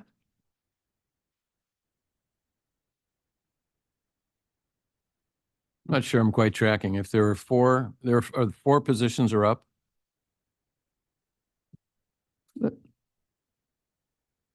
So there are 4 openings. So 4 openings. So shouldn't we be filling 4 positions? Well, that's what I'm saying is you're taking a total of 10 people. So there's 4 openings, but if you cut down to 7, then you're going to have 3 people flying out there whose terms aren't up. necessarily. I think the crux of the issue is that we would typically be appointing 2 people for this position, but because we have an alternate who's currently there, what the recommendation is that instead of doing 2 people, we're just doing 1, right? And we're essentially appointing the alternate to the other position. That's right. Correct, because you're getting rid of alternates also. Yeah. Yeah. Yeah. I didn't think we were reducing the size of committees so that people's terms would be terminated, were we? No, and we're not doing that. Well, Well, you would not, it would take you a while to reduce, but it's totally up to you. okay. So, all right, so we've got so your question is, do we have to appoint the alternate as a regular member? I think there's sort of 2 choices. We could just have the alternate finish out their term, and then they could apply so it would be a 7-member committee with 1 alternate, as opposed to, or do we want a 7-member committee, no alternate, appointing the alternate to the position? I think that's the crux of the issue. Right, like Alex says, you can just do the 7, appoint 2, keep it 7 plus 1 alternate, and then when the alternate's term is up, just Yeah. don't fill it. Yeah, That's That's another easier. option. You have multiple options. that might be a better option here. And what's your recommendation, Alex? That we keep the alternate as the alternate. The current alternate. Yeah, is and the then, because I think we appointed that person to be an alternate. We Right. didn't appoint that person to be a regular committee member. Right. So I think that makes sense. And then we wouldn't fill the alternate position when that term expires, and that would allow us to appoint 2 members today for a 7-member committee. Am I getting that right? Aren't you leaving out the fact that the alternate may have wanted to apply for this position, or could he not? I mean, is he disqualified from applying to be a full? Because he could have been here if he knew that. He's gonna remain as. Maybe. Well, I understand. Right, but I see what George What is you're saying. saying. Yeah. Did the alternate inquire did we? Yeah, the that's my alternate question. inquire as to being it, and did we take a position on that? I don't So think the that's alternate didn't clear. apply, right? But correct, but the Yeah. alternate was already You already sitting thought on he it, was and in. they wouldn't have necessarily known what the recommendation from me was going to be. Yeah. Because it's not like that. This recommendation doesn't affect the alternate. No, but the alternate thought he was in for sure and wasn't applying for a permanent The position. alternate thought he was an The alternate. alternate thought he'd be an alternate. But the alternate can apply the next term when his term's already up for a full position. Well, I mean, my question was, can the alternate apply before their term is up? And I was asking Megan that. The answer is yes. I think the alternate could apply to become a permanent member of the committee. It doesn't sound like that happened. I don't It think- didn't happen, but I do know that I don't know on this committee, but I know on the rec committee that alternates expressed interest and was wondering that question. And from me, they got the answer that, well, my recommendation is going to be that the alternates are made full members. So that's where it would become the Well, that's issue why- that Councilmember Weiss is bringing up. He may have been confused that he was already in and didn't have a chance to apply as a full member. That's all. So it may be seeing this as an unfair process. Oh, so before the application period, you indicated to the alternates that they would be rolled into a regular position. I indicated to the liaisons, and so the liaison for the rec committee, the alternates, they already had this conversation. They had their meetings. But before the application was due. Yes. Okay, then I agree. Then that would be kind of unfair to change the rules of the game. Yeah. So then I think that makes Anne Marie's recommendation makes sense. Okay. I mean, just one question, because not all the committees have alternates, right? I don't think we have alternates in all of our committees. Why do we have an alternate on the ESC? You had one on the ESC. I think that was Shelley Bennick, who served on the ESC. You had one on the ADPC. No, you had it added to the ESC last year. The same reason why you now have 2 on the rec is because you had so many qualified applicants. Right. That you wanted them all to be able to serve. So it wasn't a function of the committee at that time. It was Right. because of the applicant pool.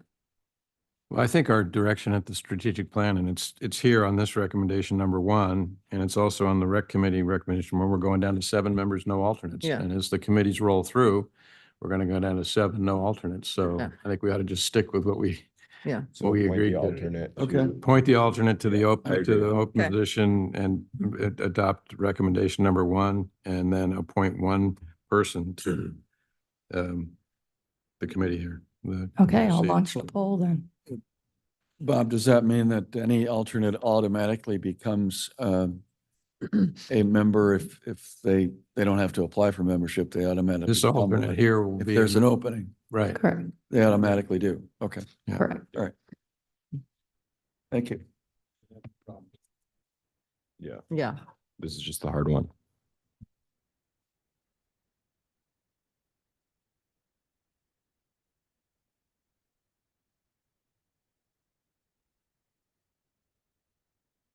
Okay, congratulations, Steve Chatama. You have been unanimously selected to fill the one remaining position. Back to work, Steve. Yeah. Okay, next up, we have the appointments to the rec committee, and we have, let's see here. We have 1 opening and we have 7 applicants. Wow. This is back to our previous issue. Okay, Andrew Binkley.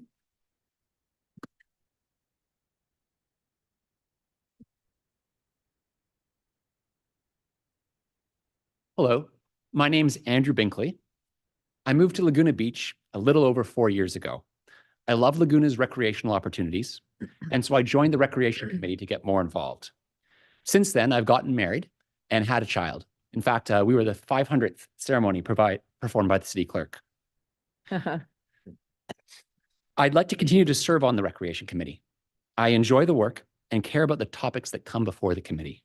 I'm an avid user of the aquatics, tennis, and pickleball facilities, for example. And these are all key topics for the committee right now. I try to take a fair approach to my work on the committee, and one of my goals is to ensure that as many Laguna Beach residents as possible can use as many recreational opportunities as possible in our city. Thank you very much for considering my application. Okay, thank you, Andrew. James Foley.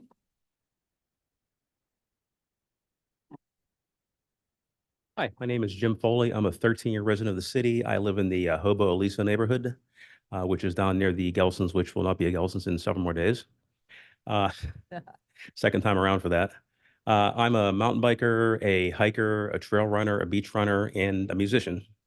And for my day job, I'm a software developer and a small business owner. And I work primarily with small manufacturing companies. On the recreation side, I have been since January of last year, the vice president of the Orange County Mountain Bike Association. And what we do primarily is we meet with a lot of people who don't want to talk to us. For example, parks managers who are mad at us for riding places we shouldn't, riding groups who want to ride places they shouldn't, that we're trying to get them not to do that. So we're trying to kind of bridge the divide between these folks here. And that's been a new position for myself very recently. For example, today, myself and the president of our organization met with some people from the Laguna Canyon Foundation and the main managers for the 3 parks that surround us here and some of their staff to talk about some of these issues. And we kind of successfully did that. We're trying to work these folks very well to keep our people to behave, but also to have the parks respect us and not treat us like, we're some of the bad guys we come across at. I also, as part of that position, I outreach to a lot of other groups, hiking groups, equestrian groups, to find common ground because we're all trail users and we all need to kind of get along on the same set of trails, which we have much more usage than we had 10 or 15 or 20 years ago, but we still have the same amount of trails. I also do outreach to other mountain biking groups. Again, some of these are the little younger, wilder, woolier groups that want to, ride down every hill they possibly can find. And we're somewhat successfully getting them to kind of come into the fold a little bit. I do a lot of trail work. I bring people out for trail work in the parks up here and elsewhere in the county. San Onofre, for example, we've got a meeting at Chino Hills this coming Sunday to speak to them about putting a program together. On the musician side, I'm part of a small private music studio in Laguna Hills, and we have a lot of adult musicians come in there and they don't have a place to play. So we provide a place for that. We put them together into bands. We have some events so they can bring their friends and family in so they can, show what they have there as opposed to, they're not necessarily working musicians that would play, in the Marine Room or somewhere like that. So I kind of work with, a lot of just regular folks, making them have some fun, on the trails and the hills, playing their instruments. What I'd like to see maybe the city eventually get to do is connect the city up a little bit better to some of the parks up here. There's some, informal trails that come out of the hills here. There's some by me. I'd like to see those maybe be formalized and legalized a bit. I'd also like to see the city maybe more actively manage some of the land that the city owns, quite a bit of which is actually in the 2 county parks here that currently the county does a great job of managing, but some is adjacent to the city. So perhaps we could take a different look about how that's managed. And on the musician side, St. Catherine's School, could probably take several classrooms there, soundproof them, and provide some type of music studios for people to, local musicians to just come and play, rehearse, to have little events, to work out things. Music in the city, this is a great music city, all types of wonderful things, but it kind of gets in the shadow of the visual and the physical arts here. And I think this is a way the city could support the music community that's also here. Thank you for your consideration. Thank you very much. Thank you. Okay, Indy's not here. Does she give a statement for this too? So she withdrew. Oh, she withdrew. Yes, Okay. and you already heard Mary Ann's. This was the committee she was Yep. more interested in. Okay, Ryan Marks. Oh, sorry. I could have put my glasses on. Robert Klugman also said that he could not attend, but he did not provide me a statement. Where are these names coming from? Claudia Redfern.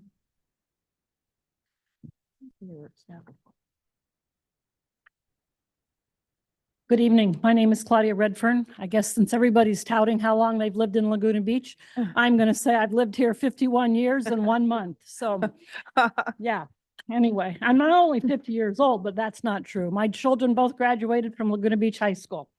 So, excuse me, I graduated from ASU in 1970 with a degree in elementary education and PE. They have changed these things as title, whatever, what is it? Title, I wrote it down, 9. Yes, thank you. As Title 9 came into effect in 1992. But by then I had married a Marine and we were off traveling and we ended up here at Laguna Beach because my husband was a pilot at El Toro. So as I said, my children were raised, they graduated. I worked at Top of the World Elementary School. And when I graduated, I had a file of things that I wanted to accomplish upon my retirement. Tops on my list, many of you know who I am, was to learn how to play pickleball. That I did, and I am now an addict. I'm sorry, my friends all know that's all I want to talk about is pickleball. And how can I create a positive atmosphere for those who want to play pickleball in the city of Laguna Beach? I know there's lots of controversy going around about pickleball, but I would like to be able to serve a second-year term to see something positive happen with additional courts here in Laguna Beach. Right now, there are 6 permanent courts with 3 that are still classified as multi-use courts, but they're predominantly pickleball courts. And I would just like to be able to see that through and know that pickleball can continue to grow as it has over the last 5 or 6 years since I started playing pickleball. There was only 2 at Alta, if I'm not mistaken, and there wasn't anything at Lang. And quickly, the 1 tennis court was turned into 2 multi-use courts. And then several years back, it became 3. And that's where we stand today. Thanks, Claudia. If I could add one more thing, right now there stands as 7 people on the committee. And I came up with, and I believe I sent you all, or at least a couple of you, a list of 7 sports that are very well have lots of participation in the city of Laguna Beach.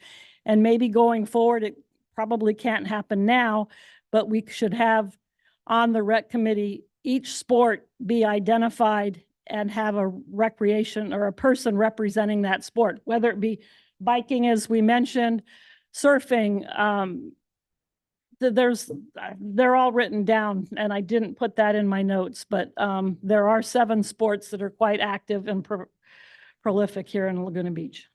Okay, thanks, Nadia. Is Robert Klugman here? No, I've got a different list. Yeah, well, this is in my mind. Okay. Is Ryan Marks here?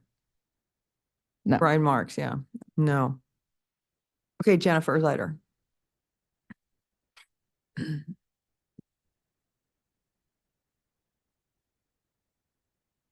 Good evening, council members.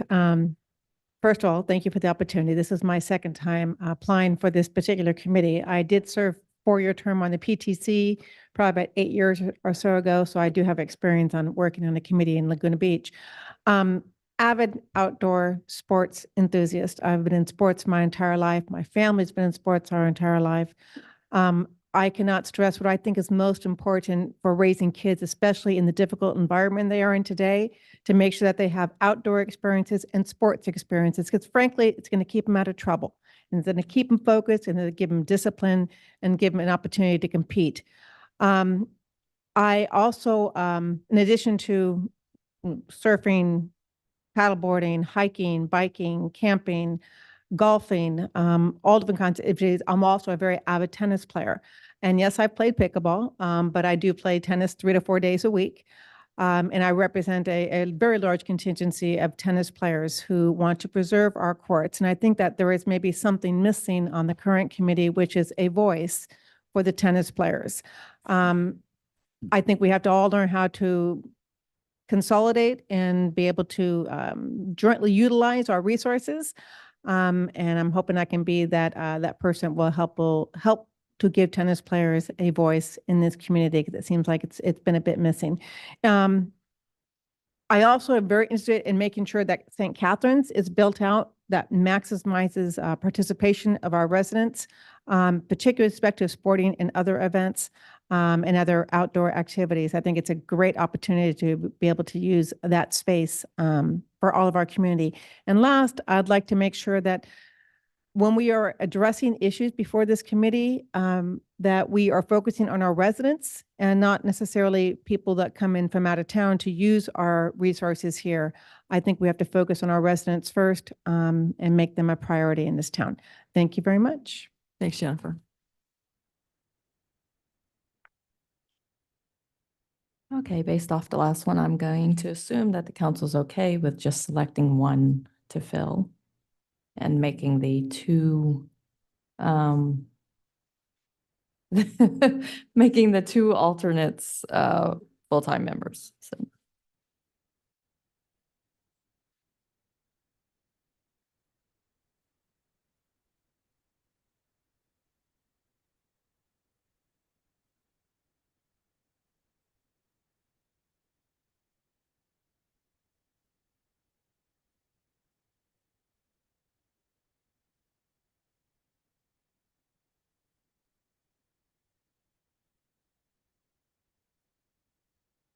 have all of you been able to vote? There we go. So Claudia eked it out with 2 votes. Jennifer Zeider got a vote, James Foley got a vote, and Andrew Binkley got a vote. But Claudia, you have been reappointed.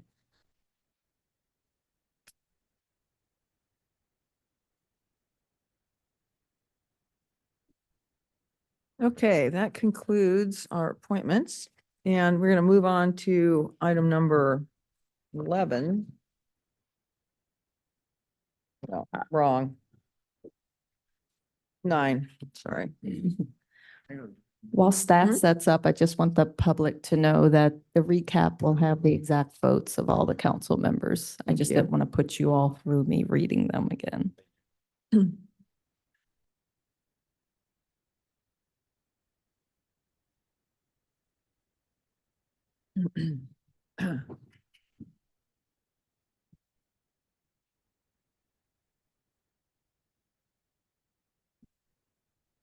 Okay, this is regular item number 9, and the subject is level 3 risk assessment of public tree at 387 El Camino Del Mar. And can we have a Who's giving the staff report this evening? Matthew, welcome. Welcome, everybody. Thank you very much. Just need a minute here to get set up. Yeah.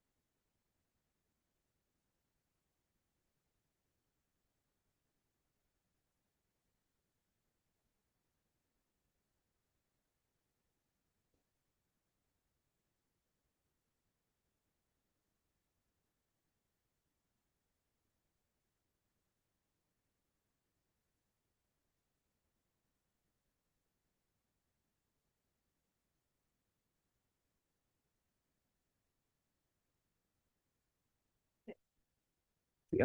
Okay, go ahead. Good evening, Mayor, Mayor Pro Tem Renagi, and members of the City Council. My name is Matthew Barker. I'm the City Arborist. I'm here to present item number 9, which is the Level 3 risk assessment of the public tree at 387 El Camino del Mar. With me tonight is also Evan Lambert from Monarch Environmental and Peter Harnish, Consulting Arborist.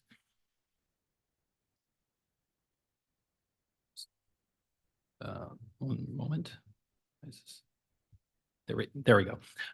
So I just wanted to provide you with a little bit background on how we got here tonight. Most of these situations are going to be familiar with you as we've discussed this tree so far several times. The most relevant, I made sure to include them all just to have that information at hand. But the most relevant here is going to be the November 11th, 2023 City Council meeting, where City Council voted 4-1 to reconsider the matter that had been discussed, pending a level 3 tree risk assessment that included ground penetrating radar and static pole testing of the subject tree with an analysis by an independent third-party arborist. So Public Works reached out to a number of arboricultural consulting firms, and Monarch Environmental was going to be able to provide the report in a timely fashion. And that was because we knew that, there was a sense of urgency with this tree in terms of getting the report in a timely manner. And also that we were going to be able to work with Peter Harnish, who's a local consulting arborist and has access to the technology that Council had directed us to include in the level 3 tree risk assessment. So with that, I'm going to turn it over to Evan Lambert to go through the report and the recommendations. Evan? Thank you. Hello, everyone.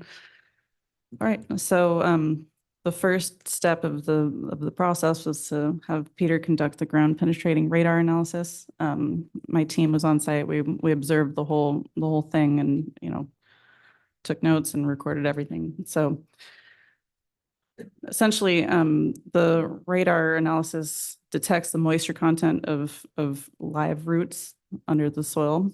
So if they're dead, damaged, decayed, they desiccate and will not be detected. They're not identifiable to the radar technology, so that's the essence of not being able to detect them, and they show up as blank space. So you'll see here that in the upper blue brackets, that's where Pete, who developed this scan, noted where the sidewalk repair had been done. So you'll note the red lines up there, those are the roots that are within the upper 0 to 8 inches of the soil profile.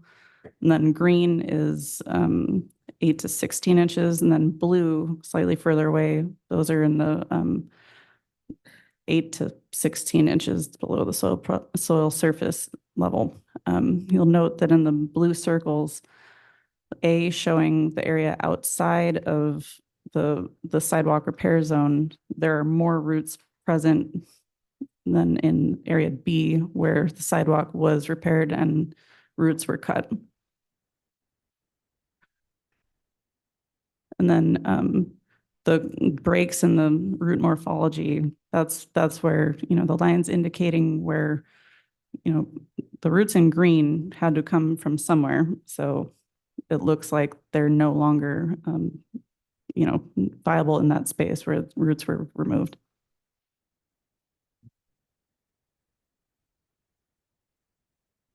So the second part of the testing was the static pull test, and they're designed to determine how the tree responds to defined loads from a single direction. Peter did pull from a single direction with a cable winch, increasing static forces applied to the tree in that direction. So here are some images taken of the technology used. So those are inclinometers that were attached to the trunk at the base to measure the movement of the root plate in response to the induced forces applied by the winch on the opposite side of the tree. And here are the data points that were collected. The ratio between the torque required to induce a failure of the whole tree. M max is the value, and the risk of uprooting at a given wind velocity, and wind provides the safety factor value. And in the smaller red outline boxes, that's where the values lie. Value above 1.5, low risk, below 1, high risk, and then between 1 and 1.5, it's moderate risk. And you'll see, well, it's a little hard to see in these images, but at wind speeds of 70 miles an hour and above, the tree is at moderate risk of failure. And we have seen that, based on research that I did, there have been wind speeds recorded of 67 miles an hour in Laguna Beach as recently as 2017. So 70 mile an hour wind speed is not out of the realm of possibility. So, after we reviewed all the data provided by Pete, as well as, conducting our own visual analysis of the tree, it's my position that the loss of these structurally significant roots has elevated the risk of whole tree failure. And based on its location in a busy roundabout near homes, frequently passing vehicles and pedestrians, it's a high likelihood of impact if the tree were to fail. So, and since there are no feasible ways to protect any of the targets, I consider the tree to be a moderate risk, and there are no ways to mitigate the risk of failure. So I believe it should be removed. Thank you very much, Evan. So council, I just wanted to provide you with some information going forward that if the tree were to be removed, I've reviewed this before, but this is the basic public tree replacement process. The city always strives to plant a replacement tree whenever one is removed. And that process includes a recommended replacement tree species that aligns with the previously council adopted landscape and scenic highways resource document, and other considerations such as size of the planting area, conflicts with private or public infrastructure, neighborhood preferences for species, and so on. In the landscape and scenic highways resource document, you'll find that there are 4 species that are recommended for this location. Those include the queen palm, the lemon scented gum, which is the species that's currently being discussed. There's the carob tree, and then also the red flowering gum. After an initial recommendation and a species is selected, there's a 21-day public comment period where residents within a certain radius of that planting location can provide me with feedback. And then there's a final recommendation, and then City Council always has the opportunity to place that item for discussion at a future meeting. So with that, the recommended actions would be to approve the removal of the lemon-scented gum tree located at 387 El Camino del Mar, determine that the recommended action is exempt from the California Environmental Quality Act according to the state CEQA guidelines, section 15304, class 4, categorical exemption, and then direct staff to file and post a notice of exemption consistent with the above stated CEQA finding within 5 days of this approval. And with that said, we're here to answer any questions that you may have. Okay, thank you, everyone.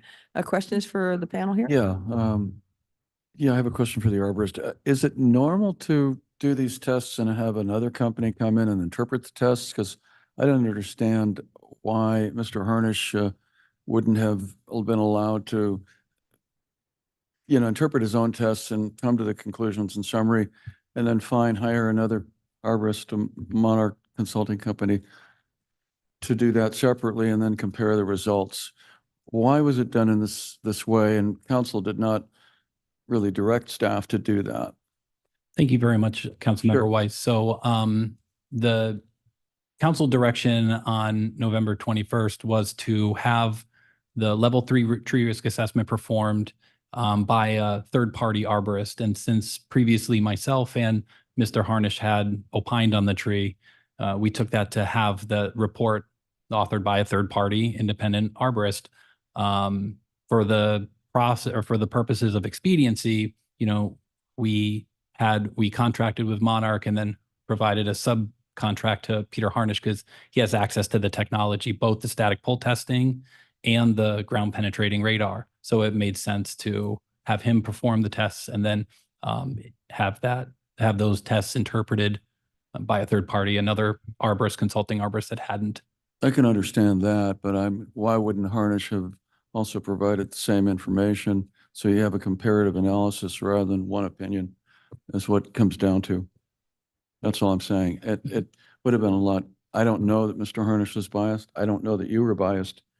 But that's my opinion. I'd like to also ask Monarch, how many of these kinds of you don't do these kind of assessments yourselves as consultings, as arborists. So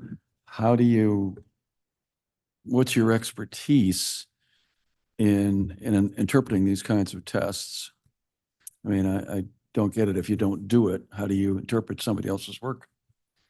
Just by researching the technology and, speaking with Pete about the process at which those readings were developed, we didn't talk about, ultimate findings and recommendations, just about the actual processing of the data. So while I have not done those exact sorts of tests myself, because it is pretty rare technology that is not commonly used by, lots of Right. consulting arborists, I just did my research and got familiar with the technology. City, I know, were you involved in the mermaid tree removals? Okay. Yes, I asked maybe that. not all of them, but at least Yeah, there were one or 4 so. in total. And I just asked that question. Can I ask Mr. Harnish a question here?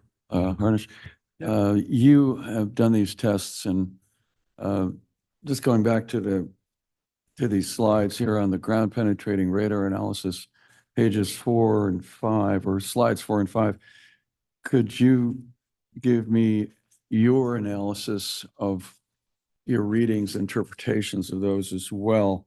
We realize that the red areas are areas that the roots have been cut because the sidewalk was, the work on the sidewalk wasn't supervised by the arborist himself, and they just did what they did.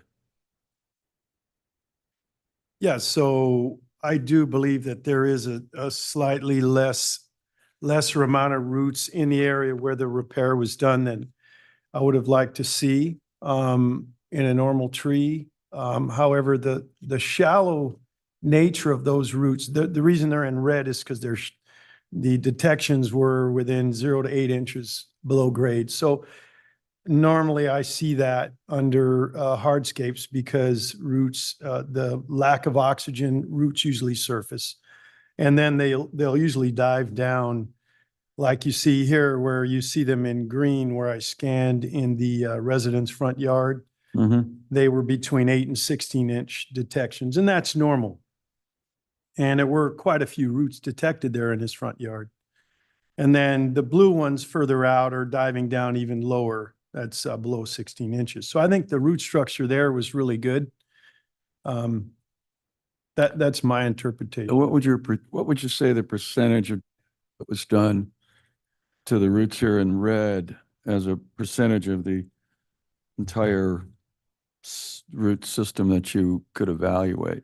What's Just a rough guess, 20%, 25%. Was affected? Okay. But I also believe that they've probably have reestablished by now. I don't know how long it's been. And as time goes on, they will continue to reestablish. So, Yeah, okay. yeah. You're not able to determine the root growth from these slides necessarily from what was affected in the time that was done to today. No, Okay. I have nothing to compare that to. And going to the static pull tests, can you interpret those results? I don't know if you have a different opinion or analysis on ARC. Yeah, I mean, there was some movement in the root plate, especially when we put in the higher wind speed parameters. The safety factor was pretty low. However, I changed the parameters in the test since then based on a 15% reduction in the height of the canopy. And it came out as safe even at 90-mile-an-hour wind speed. So you're saying if the canopy was cut down, are you saying top the tree? Reduced by 15%, which Okay. isn't a lot. The Well- safety factor would be safe even at 90 miles an hour. And what does that mean in terms of reducing the canopy? Are you saying take a chainsaw, top it off at 10 feet from the top or 20 feet from the top or what? Well, there's ways to do it following accepted pruning standards. It's rather than just chopping it off. There's ways to do it. There's a technique called drop crotching where you remove a larger, a dominant limb at a fork and leave a subordinate limb that's shorter. So the cut is made inside the final depth, but the result is a reduction in the overall height. That's the best way to do it for a lot of complicated reasons. So you might take a limb at the medium or high end or low end and chop it like that, like to my Well, elbow? if you look at the end of the canopy, you wouldn't want to just chop it off Right. and reduce it. You go down below and you look for a union or a joint between two branches, and you remove the dominant branch. So one is much taller than the other. You remove the taller one, I see. and the remaining limb, as a result, is shorter. So as a result, the whole canopy is made smaller so the cuts aren't made blatantly on the outside of the canopy. That's the best way to do it. Yeah. Okay, thank you. Any more questions? Bob, you have questions? I've got a question for Aaron, which is, we requested a level 3 risk assessment. Now, this one utilized the static pull test and the ground penetrating radar test, which you say is infrequently used. But do you do level 3 risk assessments typically in your practice? Yes. Okay. And Using different technology. to And what are find, those technologies that you? Resistograph and sonic tomograph testing. So decay testing typically in the, lower 6 feet usually of the trunk. Through a core or something, you core into the tree or? It's kind of, the resistograph is a very narrow gauge drill bit that drills in. It doesn't take a core sample, but basically the computer that's driving the drill records the resistance to the push as well as the rotation of the drill bit, so that can detect for decay. Okay. So you have experience doing level 3 risk assessments? Yes. Okay. And then a question for Peter. We have two, our own arborist and now Monarch, have done risk assessments utilizing the Matrix 1 and the Matrix 2 analysis, have you done a risk assessment on this tree? Utilizing those matrix? No, I wasn't asked to do, oh, wait a minute, did I do one originally? Well, your first report says should not be considered as a formal risk assessment. So I know you didn't do it back in. Yeah, so you know, I don't think October. I did. So you haven't done you haven't done a formal risk assessment. All right, thank you. Any other questions, council? Okay, I'm going to open public hearing. Anybody want to speak on this item? Come forward.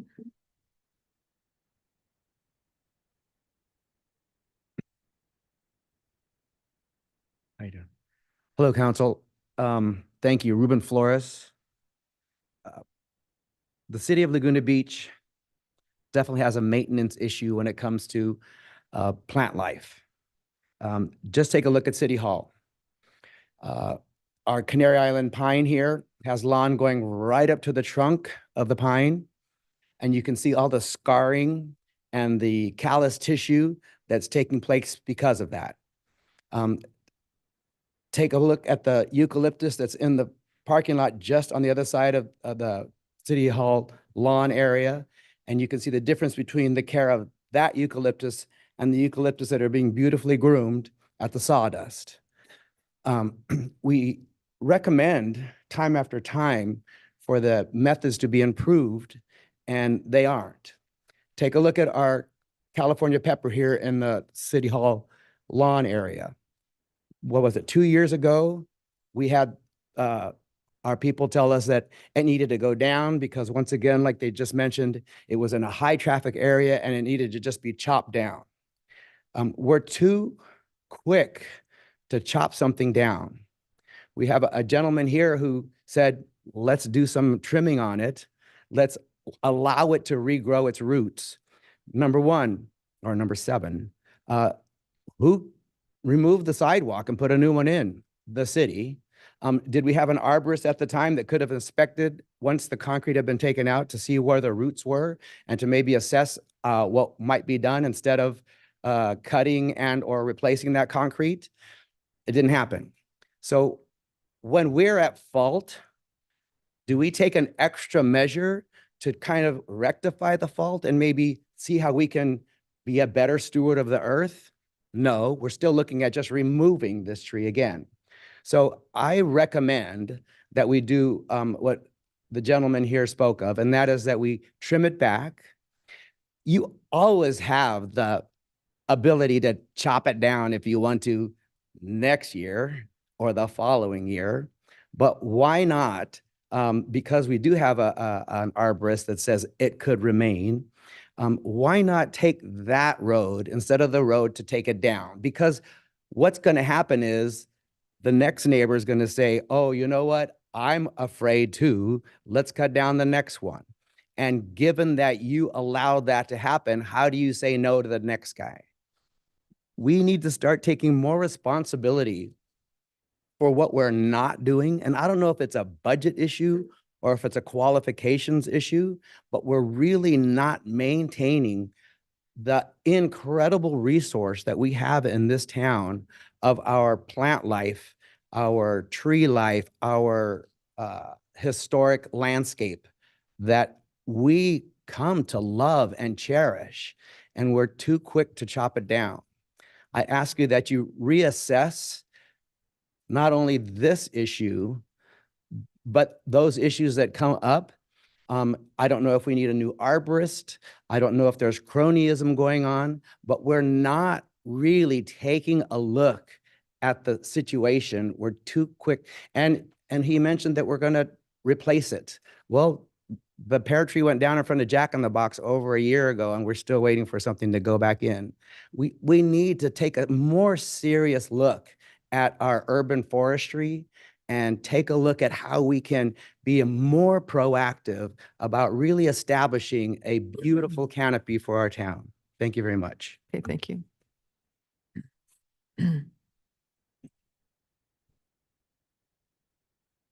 Hello, my name's Bob Borthwick, landscape architect. And first thing I'd personally like to say is I think, and in my opinion, Matthew, there's no personal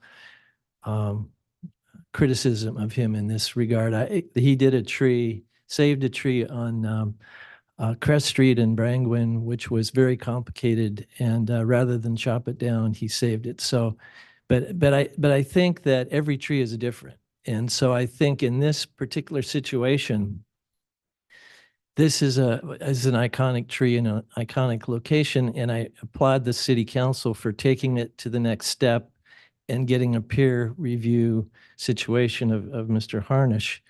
So I'm a landscape architect, and I've worked on parks all over Southern California for different cities.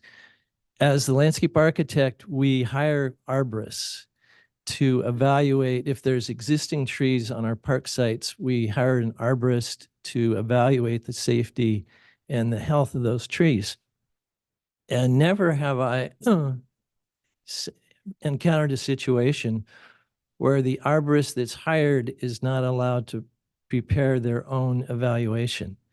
And it just seems, as an observer of this whole scenario, the way this worked out, that Mr. Harnish is the one that was hired as the peer review expert. And so it seems logical that he would do the number one evaluation, or not the evaluation that's being used as the criteria rather than Monarch. It just seems convoluted to me. So anyway, that's all I wanted to say. Thank you. Thank you, Bob.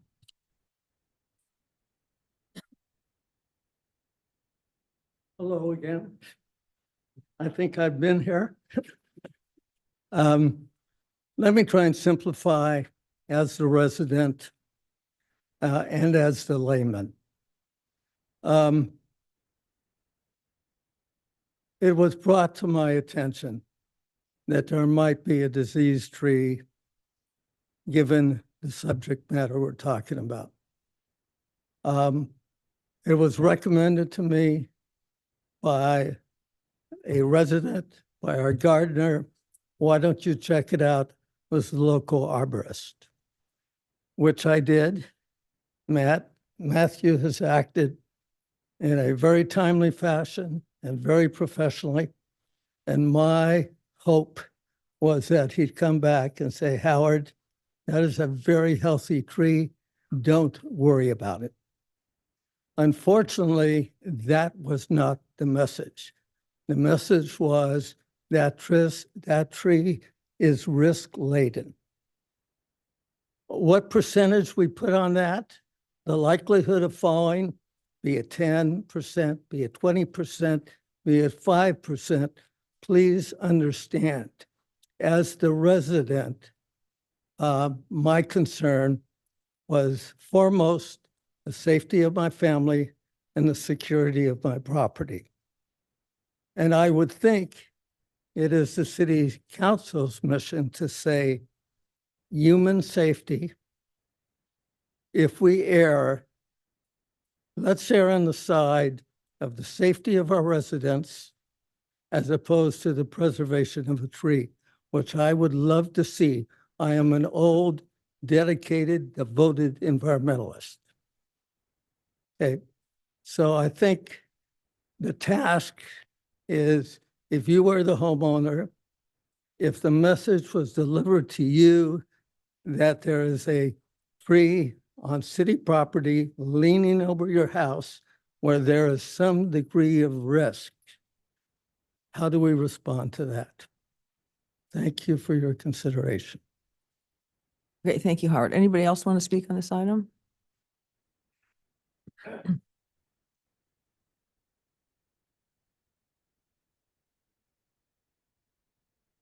Hello, my name is Bob Mister. I've only been here 47 years, not 51, as a young lady before me said. I've been watching this go on for 10 months. I think it's ridiculous to me that the city council has been spending 10 months.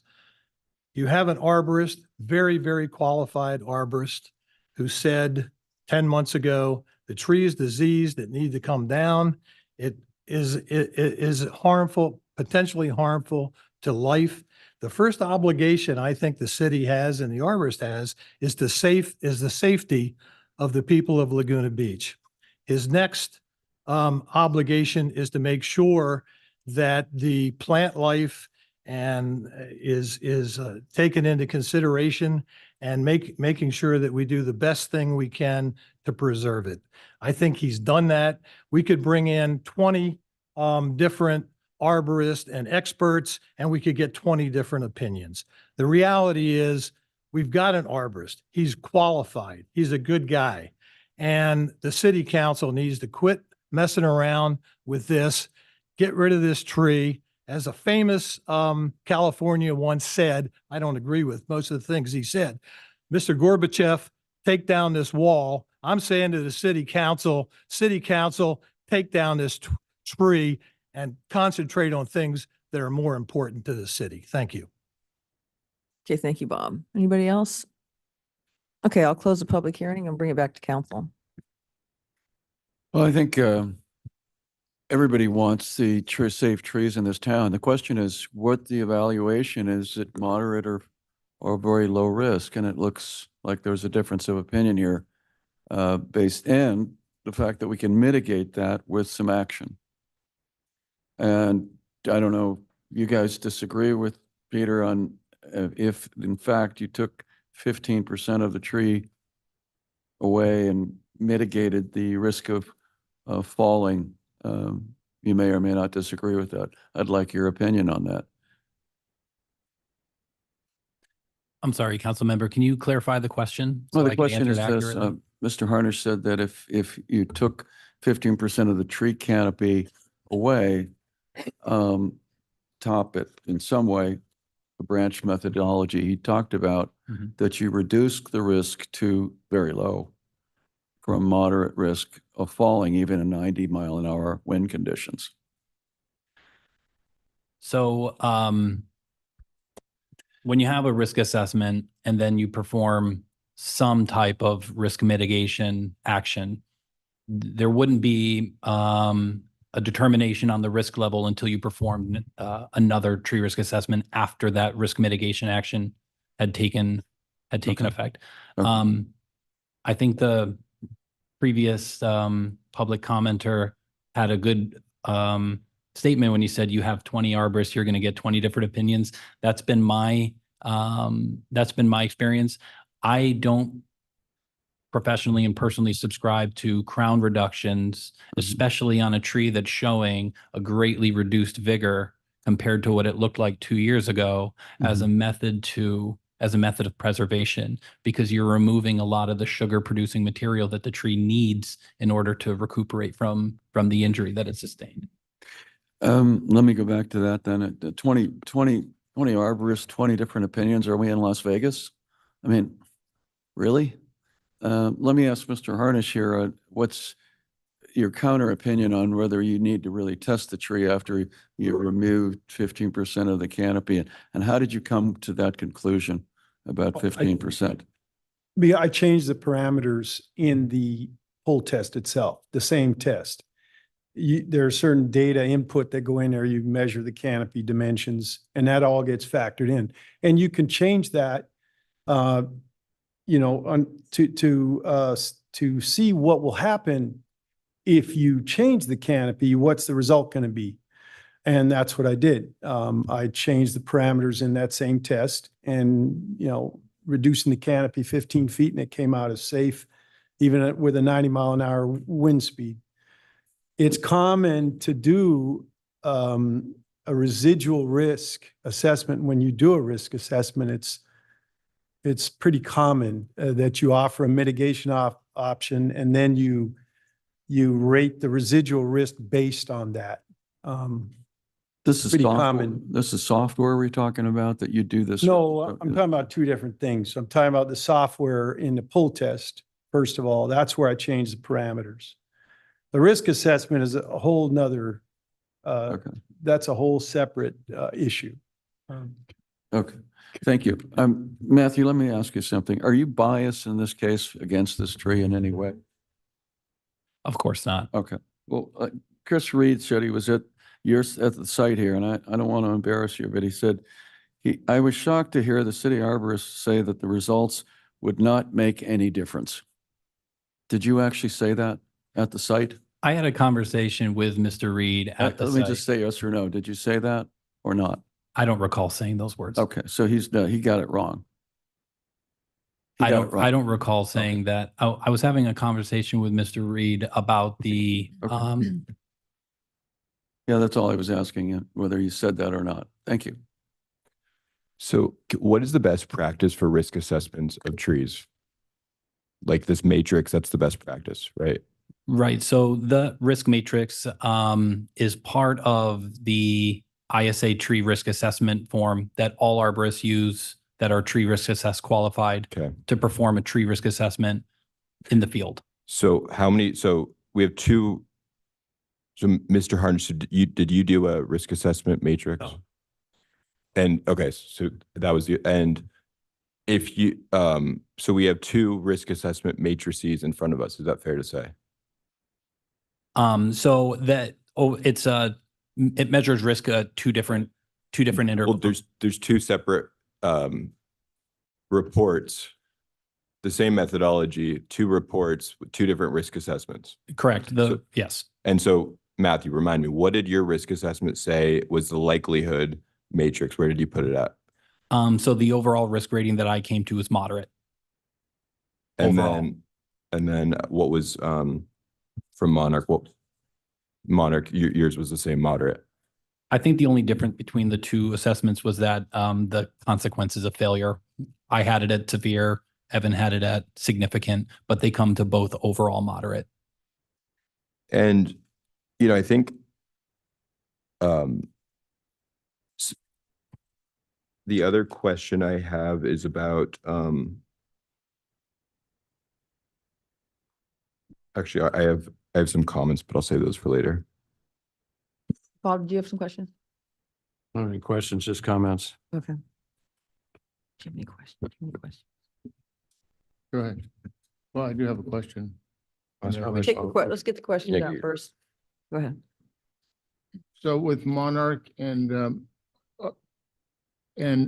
are you under the same, share the same conclusion that if it was reduced 15%, that it would significantly lower the risk?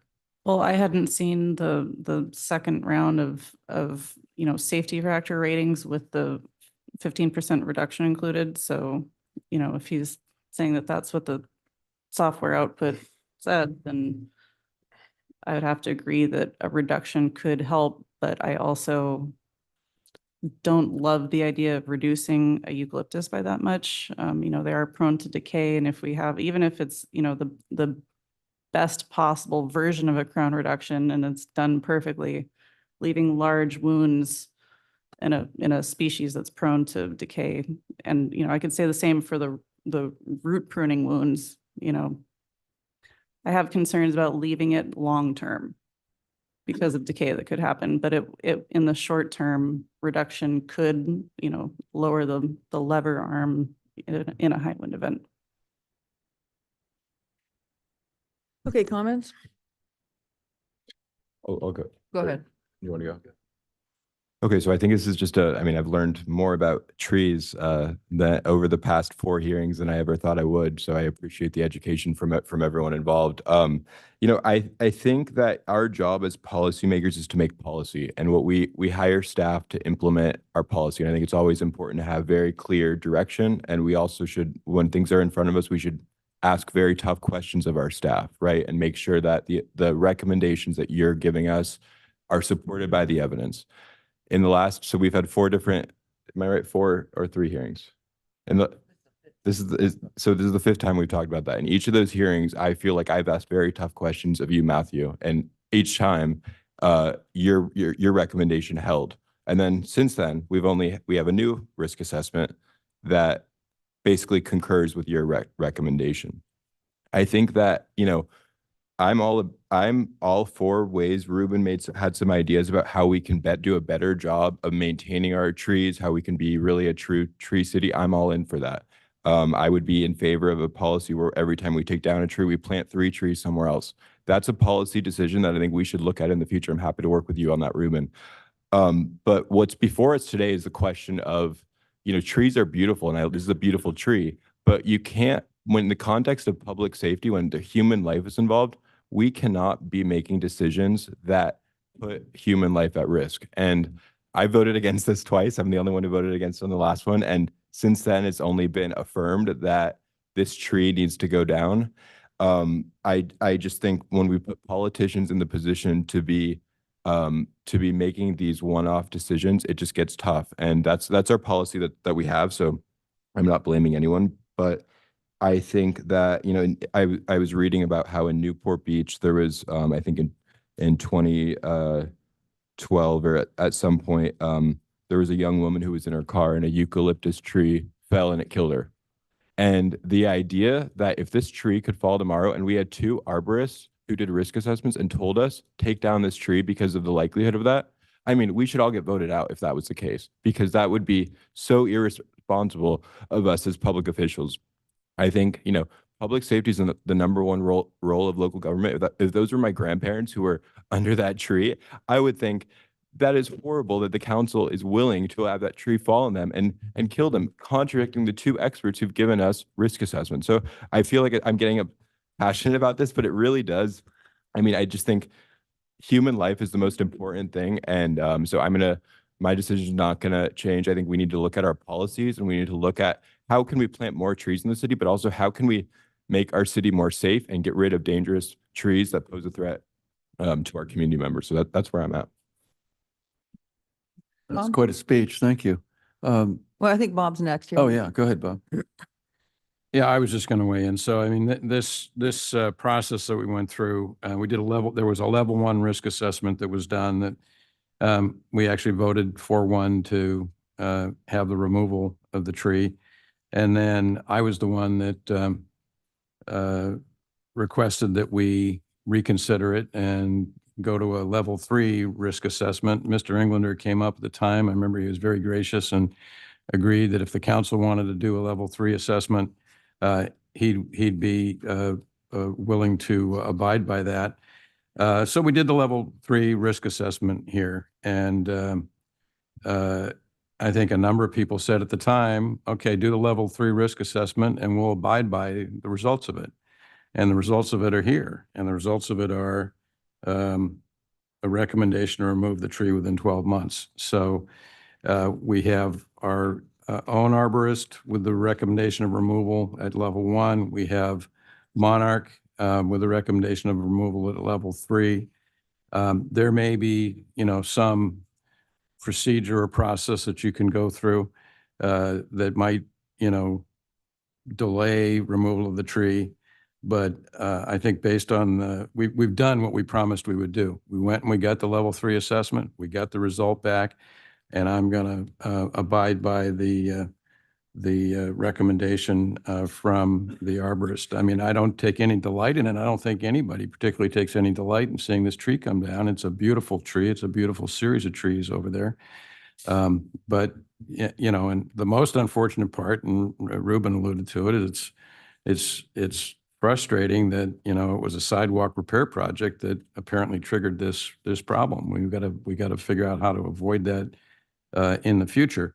But you know, yeah, we have, everybody says, oh, you're not taking care of your trees. We've done a number of things over the years. We put a lot more money in the budget for tree maintenance. During the time I've been on the council, we've added hundreds of trees to the city canopy. So, you know, this council is doing a lot for trees, and I just get a little tired of hearing, you know, every time we talk about trees that we're negligent in some respect, because we, you know, we have done a lot. But anyway, with respect to this one, sadly, I think it's time to remove it. So I'm going to be voting to remove it tonight.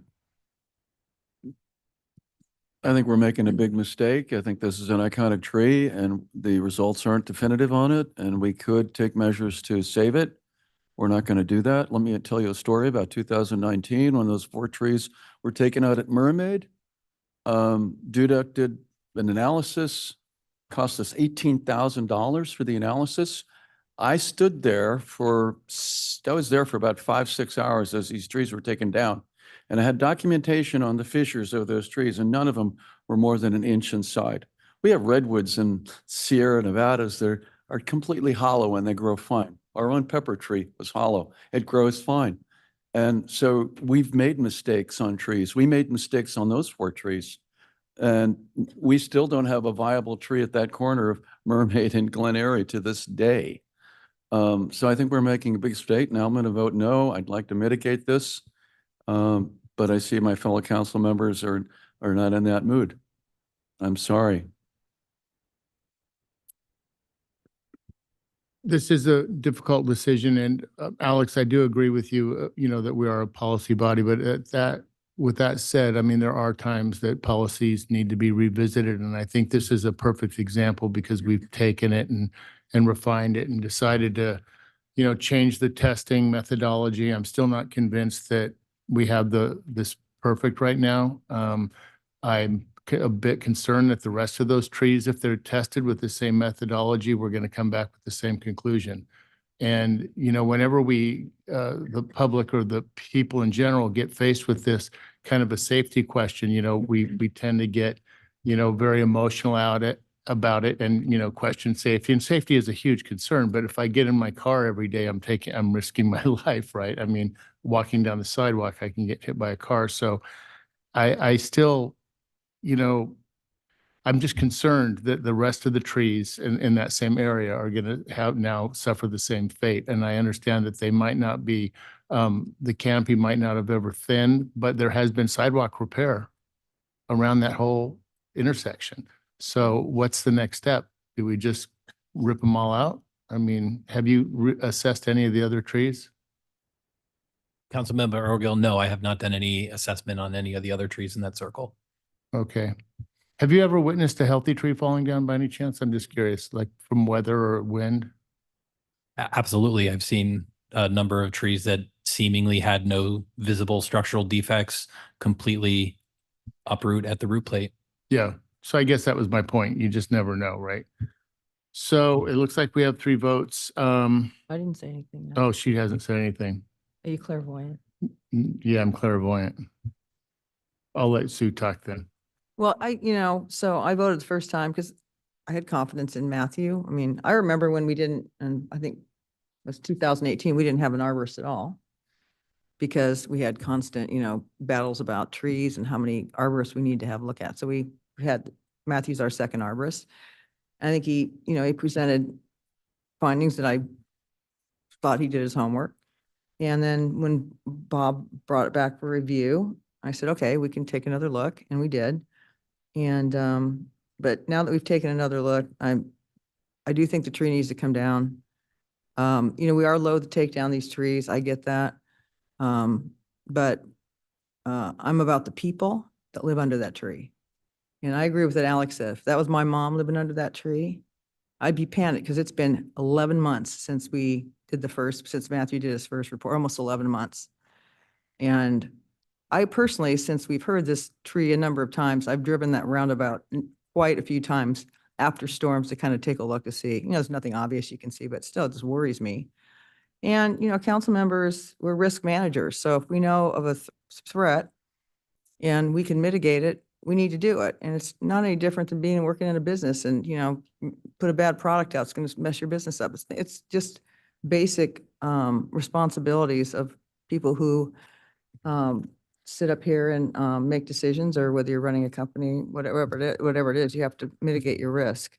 So, and this tree, the difference between the tree and there's a difference between this situation with this tree and the tree policy. So the tree policy needs work, and we need to figure out, what's the best practice for these iconic trees going forward. And without having, what I don't want to have is, okay, so Matthew, we find a tree, let's say another one of these trees, it's suspect. We should have a process that we just go through rather than coming back and forth for 5 meetings. We should have, this is our policy. This is the first step we do. This is the second step we do, and maybe whatever the tree policy says, but it should be well articulated and very thoughtfully done. Because we do have a lot of beautiful trees in this town. We want to keep them, but we also, I mean, I don't want to have a resident hurt by a tree. When we're having strange weather patterns now, we're going to have a big rainstorm this weekend. We've had weird weather all year, and it's not going to get any better. It's probably going to get more unpredictable, and probably, as you said, healthy trees can go down too. So I'm about protecting the residents on this one. I think we've done our homework. I don't want to wait any longer than humanly possible to take the tree down because it's been 11 months and that's long enough. So that's where I am. Can I ask one question? Yeah. In the previous staff report, there was a recommendation for changes to the tree removal and planting policy. So that's not part of this, right? That's correct. And is that going to come back to us at some point or? Yeah, it is. Okay. I think we bifurcated it. We just said, let's We just said- focus on I this agree with tree and that. we'll work on the tree policy next, right? Is that right, Reza? We're trying to come back March 26th. Okay. So I'd like to make a motion to move the recommended action, but have, instead of a 1-for-1 replacement, I would like a 1-for-3 replacement where we plant a replacement tree and 2 additional trees. Can I ask Matthew a question on that? Yeah. Sorry. Is that it? So Matthew, is that tree well adequate to put another tree in? Of course, there's room to plant any number of species. Okay. It just depends. Okay. Sorry. Well, We have a motion. well, You want further comment? just a quick comment on two. One on Alex, we're not replacing the trees that have gone missing. So I'm not sure what the 3 tree replacement, what's your thought on that? Well, the policy as I understand it is that it's a 1-for-1 replacement. Right? It says if a public tree is removed, the city strives to plant a replacement tree. So I'm going above and beyond that by saying, in addition to striving to plant that replacement tree, I would like to have 2 additional trees planted somewhere. Because I think the goal is for us to not be against trees. Our goal is to be for human life and for trees. And I think that's what I would like to do here, but then going forward, looking at our policies, which will be a separate matter. Well, I guess what I'm saying is I'd just like to see the trees that are being removed replaced because we have a lot of missing trees right now. Can I ask a quick question about the remaining trees that were there if this one comes down? So you think that if the trees that come down in height, that they might be prone to rot and there's nothing that can be done about that? I'm just wondering if there's some action we should take on the rest of the trees so they don't all come down on that corner. I would have to do an assessment or, any one of us could do an assessment of the rest of them because obviously I saw them, but I didn't do an assessment per se. So I'm sure there are certain trees that could use some, mitigation measures to improve their, lifespan, but I can't speak to that specifically tonight. Okay, thank you. Okay, we have a motion. Do we have a second? Can I say one more thing? You can't do that. We closed, sorry, we closed the public hearing. Is it? I'll second. Okay, all in favor? Aye. Aye. Opposed? Nay. Did you vote? Mark? said aye. Okay. Okay, that's 4-1. Begrudgingly. Okay, begrudgingly. Okay. Do you want a break, council, or? Yeah. Okay. Take a break.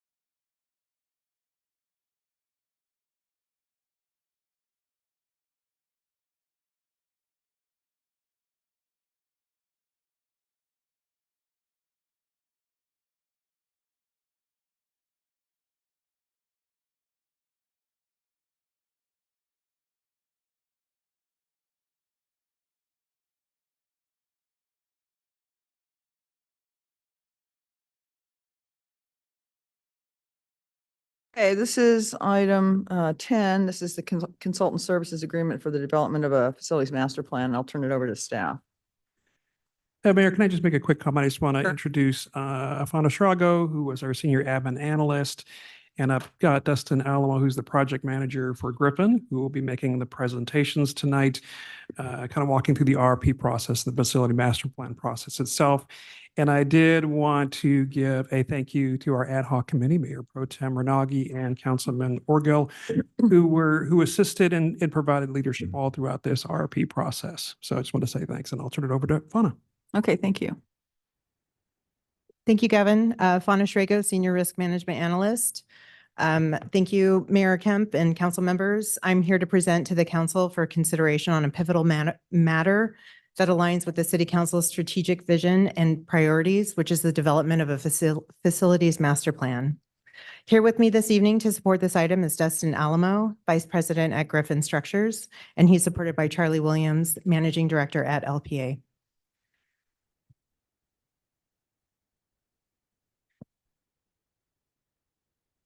So to provide a background on the RFP timeline, on February 21st of last year, the City Council recognized the need for a comprehensive facility master plan as identified in its 2023 priorities.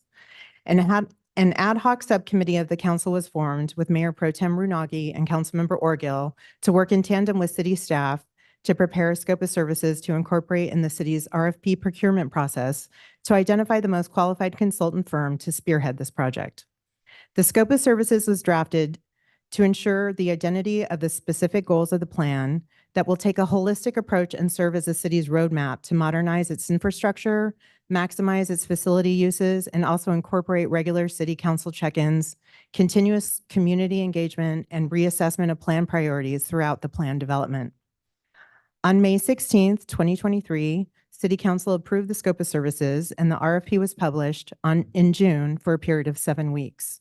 The RFP generated a total of 3 qualifying proposals, which were evaluated, including in-person interviews by an evaluation panel consisting of the ad hoc subcommittee, the Assistant City Manager, CFO, and the Director of Public Works and Utilities. The proposals were evaluated based on certain criteria specified in the RFP, including experience with projects of similar scope and size for other local municipalities, as well as the proposed scope and methodology. Following this diligent evaluation process, Griffin Structures emerged as the most qualified consultant to drive the project forward. Griffin's impressive track record and commitment to community engagement made the firm an ideal partner for this ambitious undertaking. The ad hoc committee's recommendations have a dedication to ensure the plan will keep momentum during the initial stages and throughout its development. The following recommended enhancements to the original scope of services include directing staff to aggressively evaluate the community and recreation center to ensure optimal utilization, to direct staff to present a plan in the spring to the City Council for a new Fire Station 1 at the village entrance in compliance with the fire department standards and the proposed parking structure, and to also direct staff to work with Griffin to assess a public-private partnership feasibility at the village entrance. And this will include a program for soliciting partnerships and present the findings for approval at a future City Council meeting. And to illustrate Griffin's impressive qualifications, they will provide a full-service program and construction management firm. They have previous experience working with the city and a demonstrated understanding of the city's challenges and uniqueness in developing this plan. They have a flexible and phased implementation plan, and they have technology integration for efficient service and delivery of communications. And I'll now hand it over to Dustin, who's going to provide some more information on the facilities master plan. Thank you, Fauna. Good evening. Again, I'm Dustin Alamo. I'm Vice President of Griffin Structures, and I'll be serving as the project manager for this important endeavor. We're going to talk a little bit about a high-level summary of the scope and how that's applied over time in the next few slides. So from a goals and purpose standpoint, there's kind of 4 buckets of scope we're looking at. Facility assessment is the first one, which will include essentially identifying the condition of all your assets that are in the scope. That's kind of one piece of it. The other piece is looking at the service aspect. Are the services up to par, and what does that look like over the course of the next 20 years or so? The next bucket is community outreach, and we understand that's working in the city. It's an important aspect of projects, and we want to make sure that's forefront of this project. So in addition to social media posts and surveys and project websites, we're going to have a very robust face-to-face interaction with the community. We're establishing a community working group, which will be appointed stakeholders that will be involved in the process, soliciting feedback and engagement throughout the process. We're also conducting focus groups and pop-up events. So in total, the face-to-face interactions with the community will be about 20 different events over the course of the project. And then the last two buckets are really short-term strategies and long-term strategies. The short-term being, we know there are pressing needs for projects to kind of get off the ground and respond to immediately.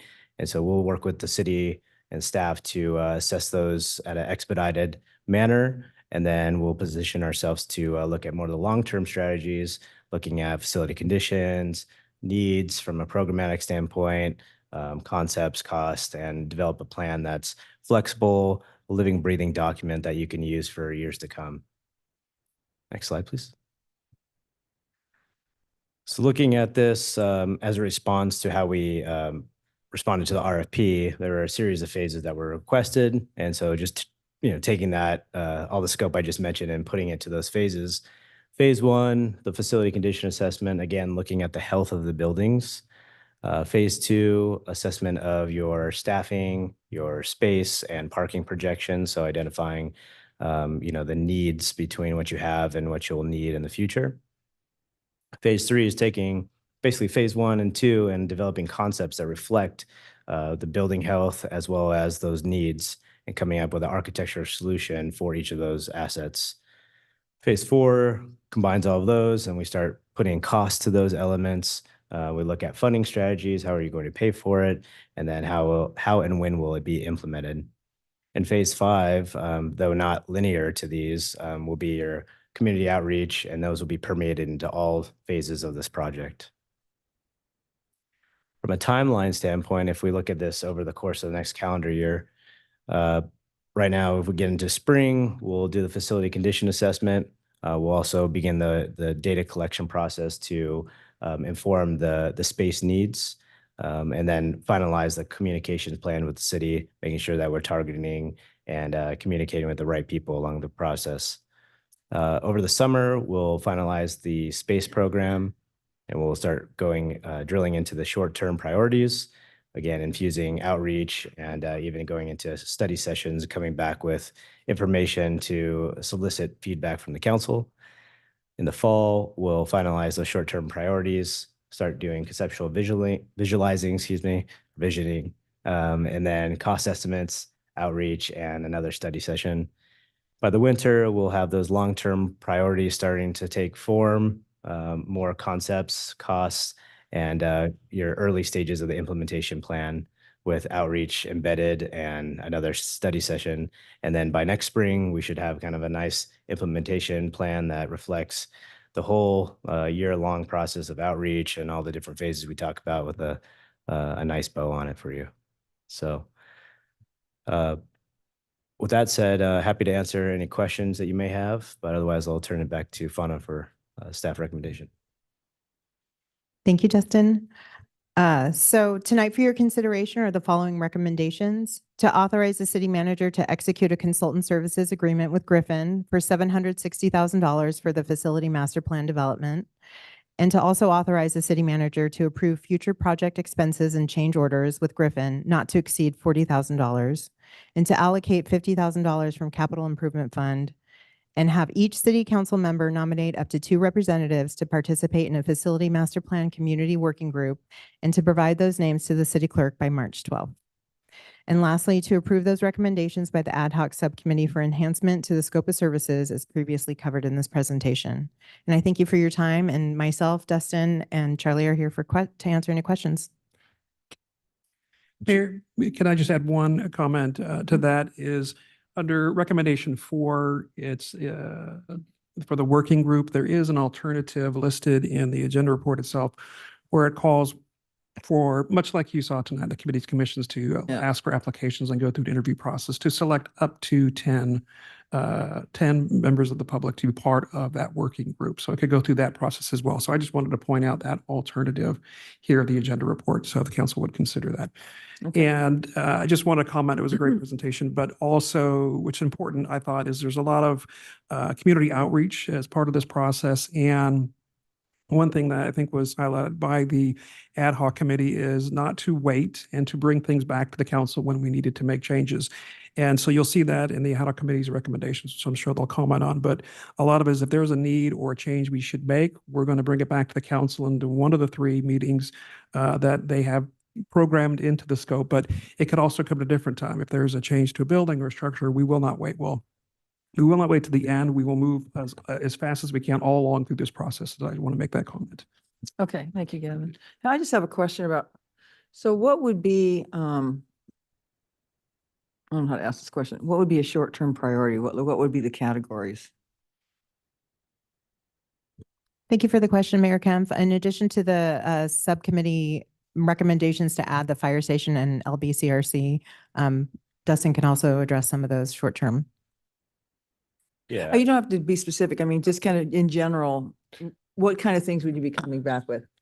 Well, so I think one of the things that Mark and I spent a lot of time thinking about as we worked with, first as we did the interviews and everything, and then as we worked with staff on this is sort of a big puzzle that we have for the facilities master plan, because when you do one thing, it affects another. And so what we don't want is a report at the end of the day that contemplates all these different puzzle pieces moving, because that just sort of can lead to analysis paralysis. If there's a decision that can be made about, maybe one facility, like for example, if we made the decision, if our analysis showed that the fire station could be at the village entrance, well, then that creates an opportunity for what do we do with the existing fire station? So our thinking was that a better actionable report would allow for policy direction throughout its development, so that the final product is really something that's ready to go. It's not just giving us a bunch of options that sort of that aren't actionable and that that don't provide kind of a roadmap for the future. Because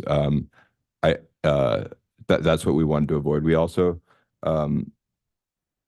have so I think, I don't know, Mark, do you want to add to that? I think you nailed it. I'm just going to put it a little bit different way, just in case some folks didn't quite get it. So let's assume for a moment that we determined that the police department needs more room, right? And so instead of running off onto a tangent, thinking how we're going to construct or add on to the building behind the police department, but then later we find out that the fire department needs to be relocated, then the police department could actually move into where the current fire department is, DC. So it's really just. And it also is makes more efficient use of our consultants as resources, because instead of having them look at things that maybe there's not council support for, the council is going to be able to weigh in and give them that direction, so that they're not having to, they can actually get into the details of making things happen, of providing more detailed recommendations. And then on the point about the my thinking, I think I shifted a little bit on the appointment structure, because our original recommendation was to have each of the council members appoint someone. But, one of the things that I've been thinking about a lot is how we really want to engage the broader community. We don't just want our friends and people that know us to get appointed to these committees. We want people who aren't connected to the city to be applying. So that's, I'm interested to hear what my colleagues think on that point, but I think that's something for us to consider, after we hear public comment on this. And then on the question about the fire station, I don't think that our intent was definitely, and I don't think that this is written in a way to say that we should just put a fire station at the village entrance and that's the end of it. I think our recommendation is that if that's the case, if our experts, our fire experts, and which we're doing the standards of coverages, which is coming back, if they agree with us that, or if they come to the conclusion that that's the right place for it, why keep playing games and trying to look at other alternatives? Because we know that the current fire station 1 is, if there's an earthquake, there's going to be, it's not going to be an operable fire station. So that's sort of our justification for that. And then the final recommendation as it relates to the public-private partnerships, I think what we want is to, Newport Beach, they just approved a lecture hall with half of the funding coming from private donors. We have donors, and, we have organizations like we saw from the Art Museum and the Surf Museum proposals, letters of interest, who are interested in something like that. And so we want to leverage those dollars to really create a visionary village entrance. And so To provide a bit more context, and Bob, you can clarify what your specific directions were regarding the company working on the parking facility. You had asked for that analysis. I'll just call it an analysis. I don't remember the specific title of it. And when Alex and I, as we were going through this, we realized, well, we should have a discussion, which we did, regarding the site plan. So when that company was analyzing the parking garage, that they could also consider the potential use of that property in the event that the fire department did need to be relocated over there. So that's kind of how we came to that conclusion as well. Any other comments? George, you have anything? Yeah, I think it's a little biased to say, yeah, let's think about putting the fire station at village entrance, but let's not think about putting there either. It doesn't. I think we have to open the public hearing. I don't know who's going to talk on Okay, this, well, but let's do that before we make our You're comments. asking for questions. I haven't been able to ask any questions so far. I apologize. Was I ahead. supposed to jump in? No, we'll just ask questions. I don't think anyone's going to. I think I have some questions for you. Well, go ahead and ask your question. Well, thank you. I don't get it. My first question is about public services adequacy. If you could explain, what does that mean exactly? Is it just, it's Sure. sort of. Yeah, it's really confusing. looking at it's looking at the way you deliver services for each of your product types. So for instance, police department, what are your current sworn officers versus what are you projecting there? And so we'll identify the space needs that align with your staffing plans for each product type we're looking at, for fire, for community, recreation center, for any kind of aquatic program or whatever it might be. So Okay. it's about identifying the programs and needs of space around those programs. How do you know it's adequate to begin with, other than speaking to the public? If they want a swimming pool or they want something else, more pickleball courts, you wouldn't know that until you went through the assessment phase for Yeah, that's the part of it. adequacy of facilities, right? So it's kind of dovetails with that. It does. And getting to Yes. that point, what are you expecting from the assessment or the outreach to the public? Public's going to want stuff, right? You asked me what I want. I have a whole list of them Sure. of things I might want, but there might not be necessarily realistic or what everybody else wants. So how do you engage in that process and come up with realistic, reasonable feedback that is, presented back to us? Yeah, we find that outreach can, you could take a lot of different directions with it. Some of it can be educational in the beginning. So it's informing the public about what we're doing, getting the word out, really informing people of, the city's interest in collecting feedback. And so when we get to a point when there really are decisions to make that that the public can give input on, then they might be empowered to make decisions or give more feedback that is specific to an element that might influence, whatever component we're talking about. So It's still ambiguous to me. Could you give me an example of your other consulting that you've done? Have you done any, you've done this kind of work before and you're highly touted, I know that. But can you give an example of that, of the public outreach, and then you came to some conclusions about the information presented? yeah, Nothing?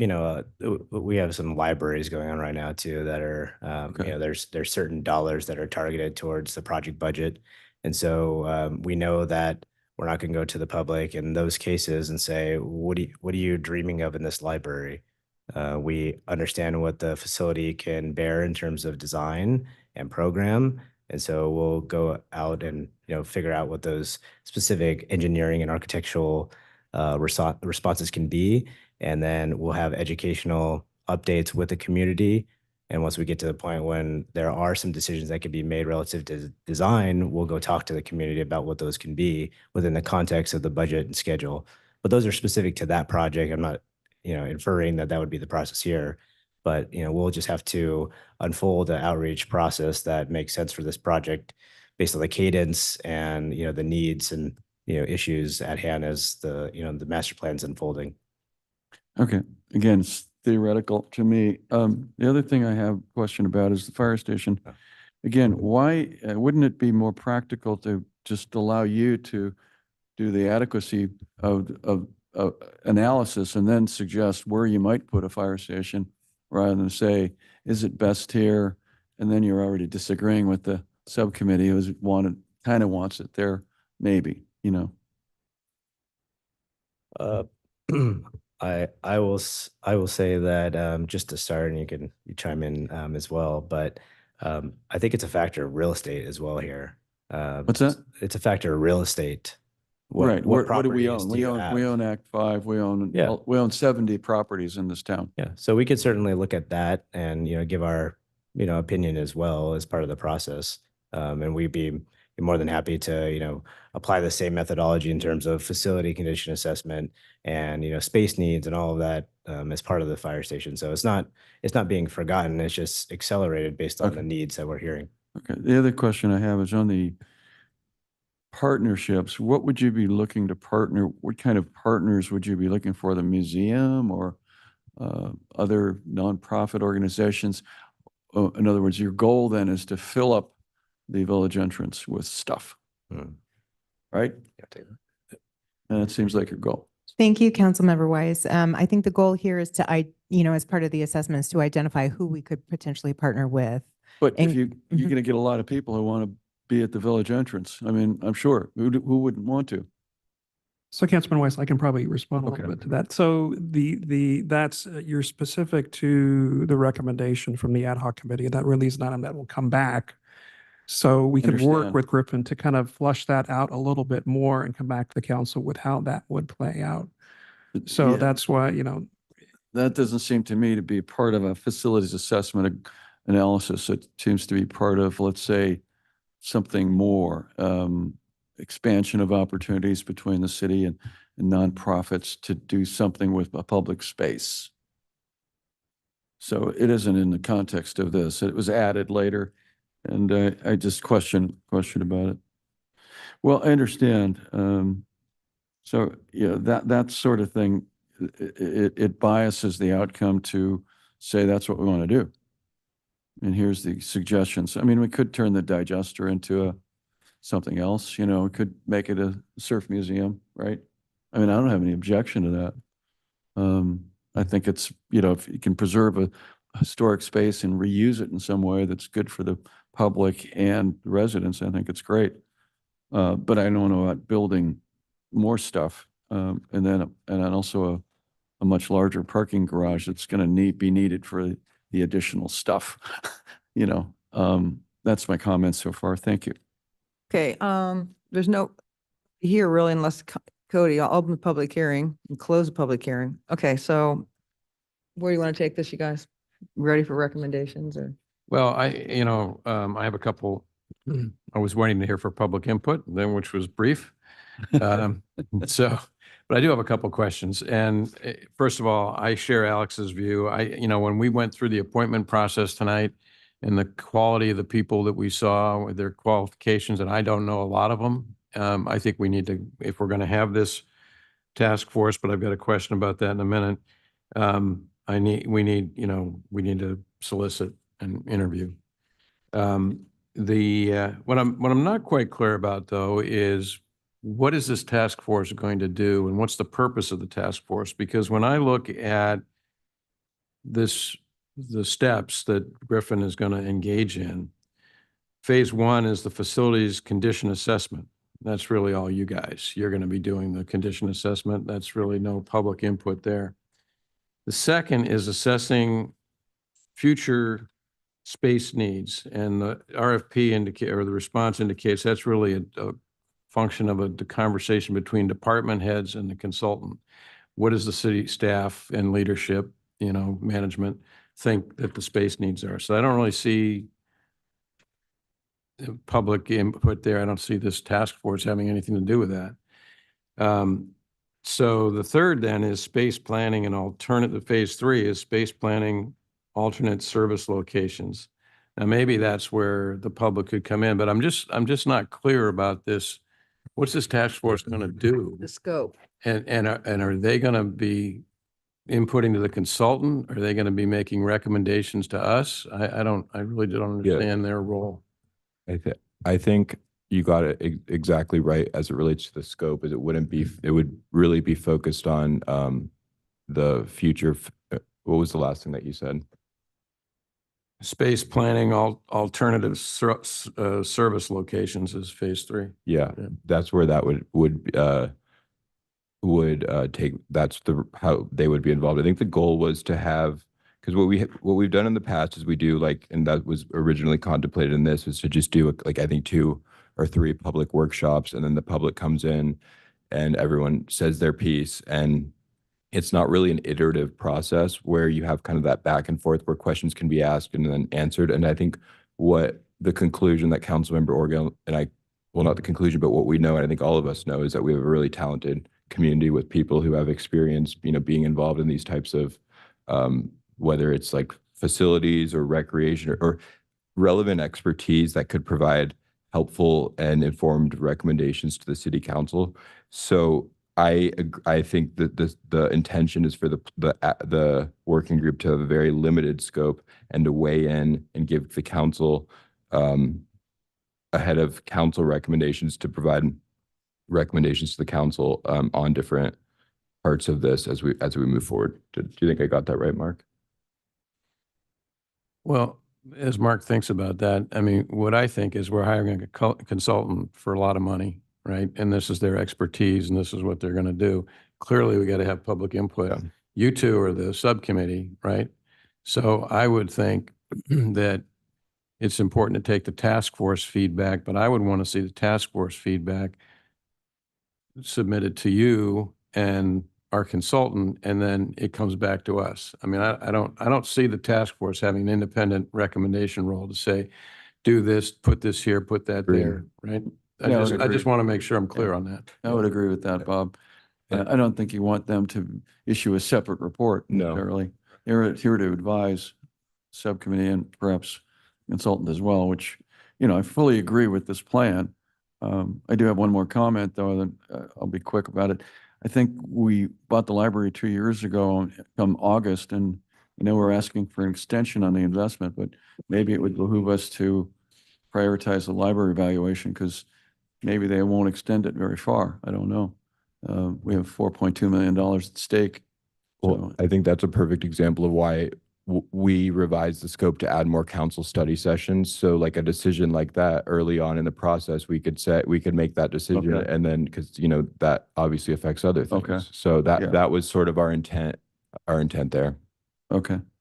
That early, you mean in the next 3 months, 6 months? What's the extension? We got an extension on the funds, right?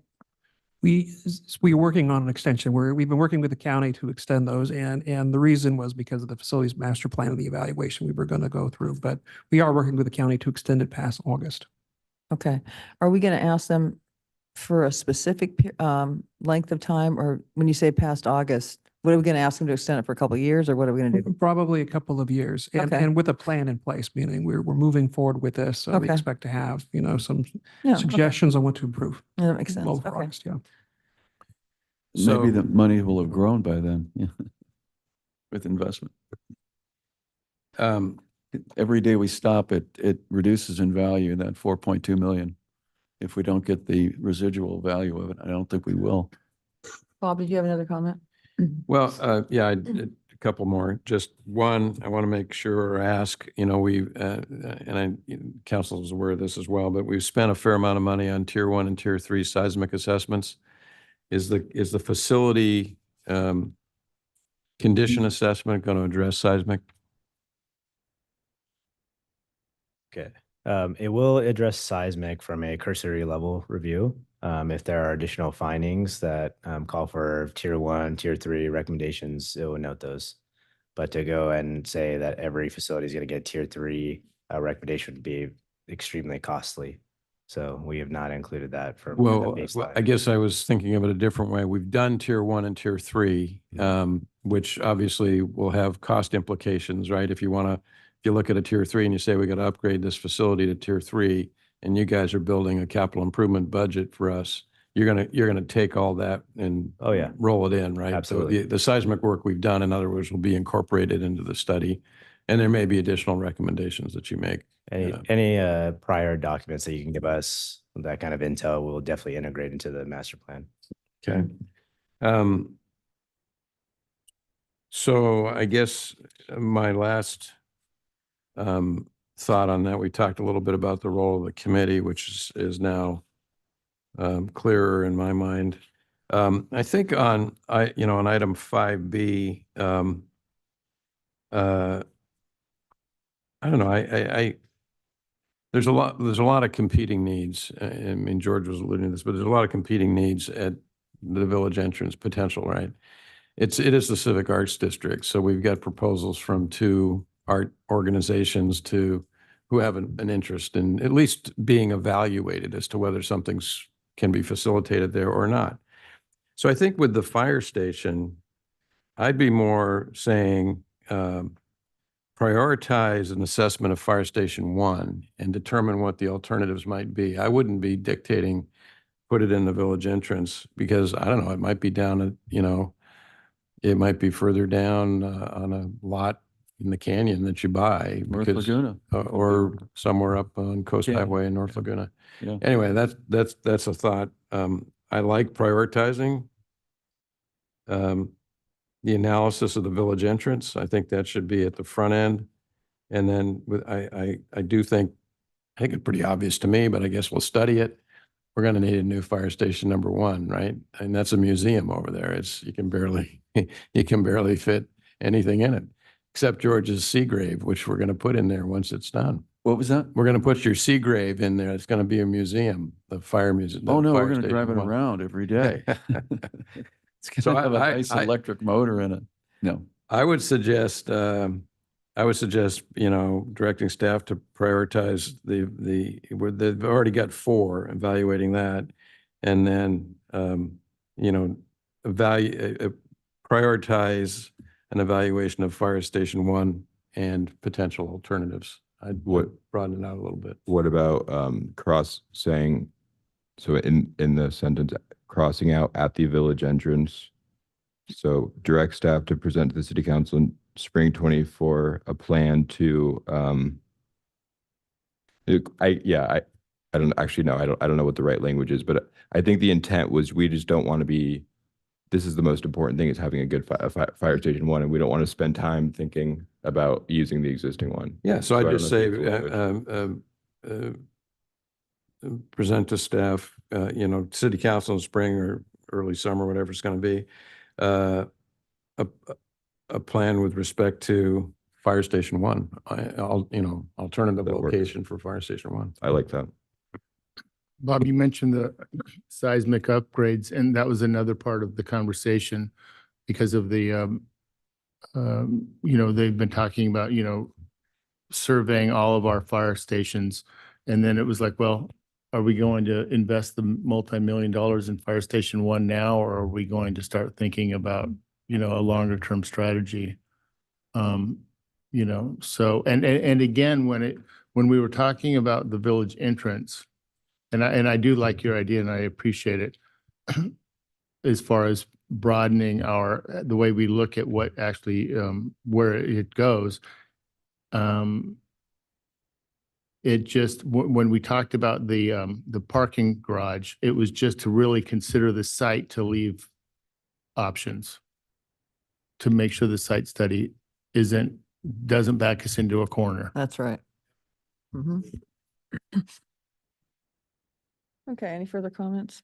So question, you guys, so if we do this committee, so I'm a little bit clearer now what they're going to do. When would we want to start soliciting So applications? based on what Bob's input was, because I think that was good input, we could maybe have that sort of be to be determined, where the ad hoc could work with the consultant to kind of figure out what are the, when and what are the right decision points for the committee, for this committee? Because I really don't see it being a bunch, I see it as maybe 3 to 5 meetings that this task force is going to have with very clear questions presented to them about certain things, where it's not like a broad thing about doing, as George said, said like an alternative report, but more just very specific questions. And so maybe we could just make that kind of to be determined. Yeah, I would just say that, right, I agree. So authorize the establishment of a community working group, and I'd leave it up to the subcommittee to determine timing on soliciting applications. Okay. Provide guidance and advice Yeah. to the committee and if necessary, the consultant.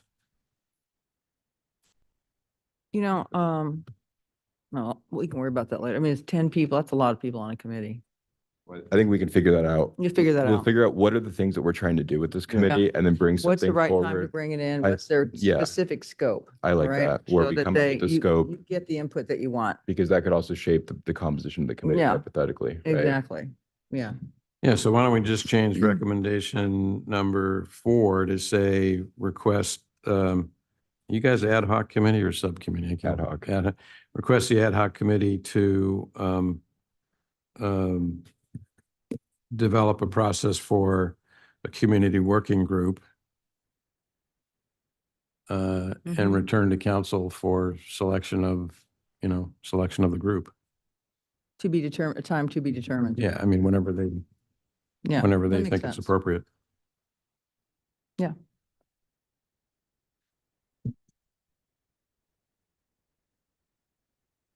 Any further discussion?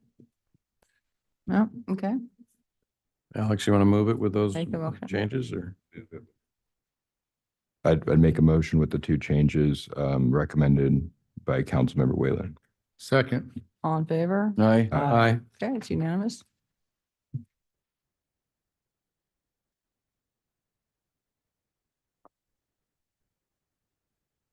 Thank you very much. Thanks, you guys. Yeah, Thanks for look coming in. Where's Roger? Can't wait.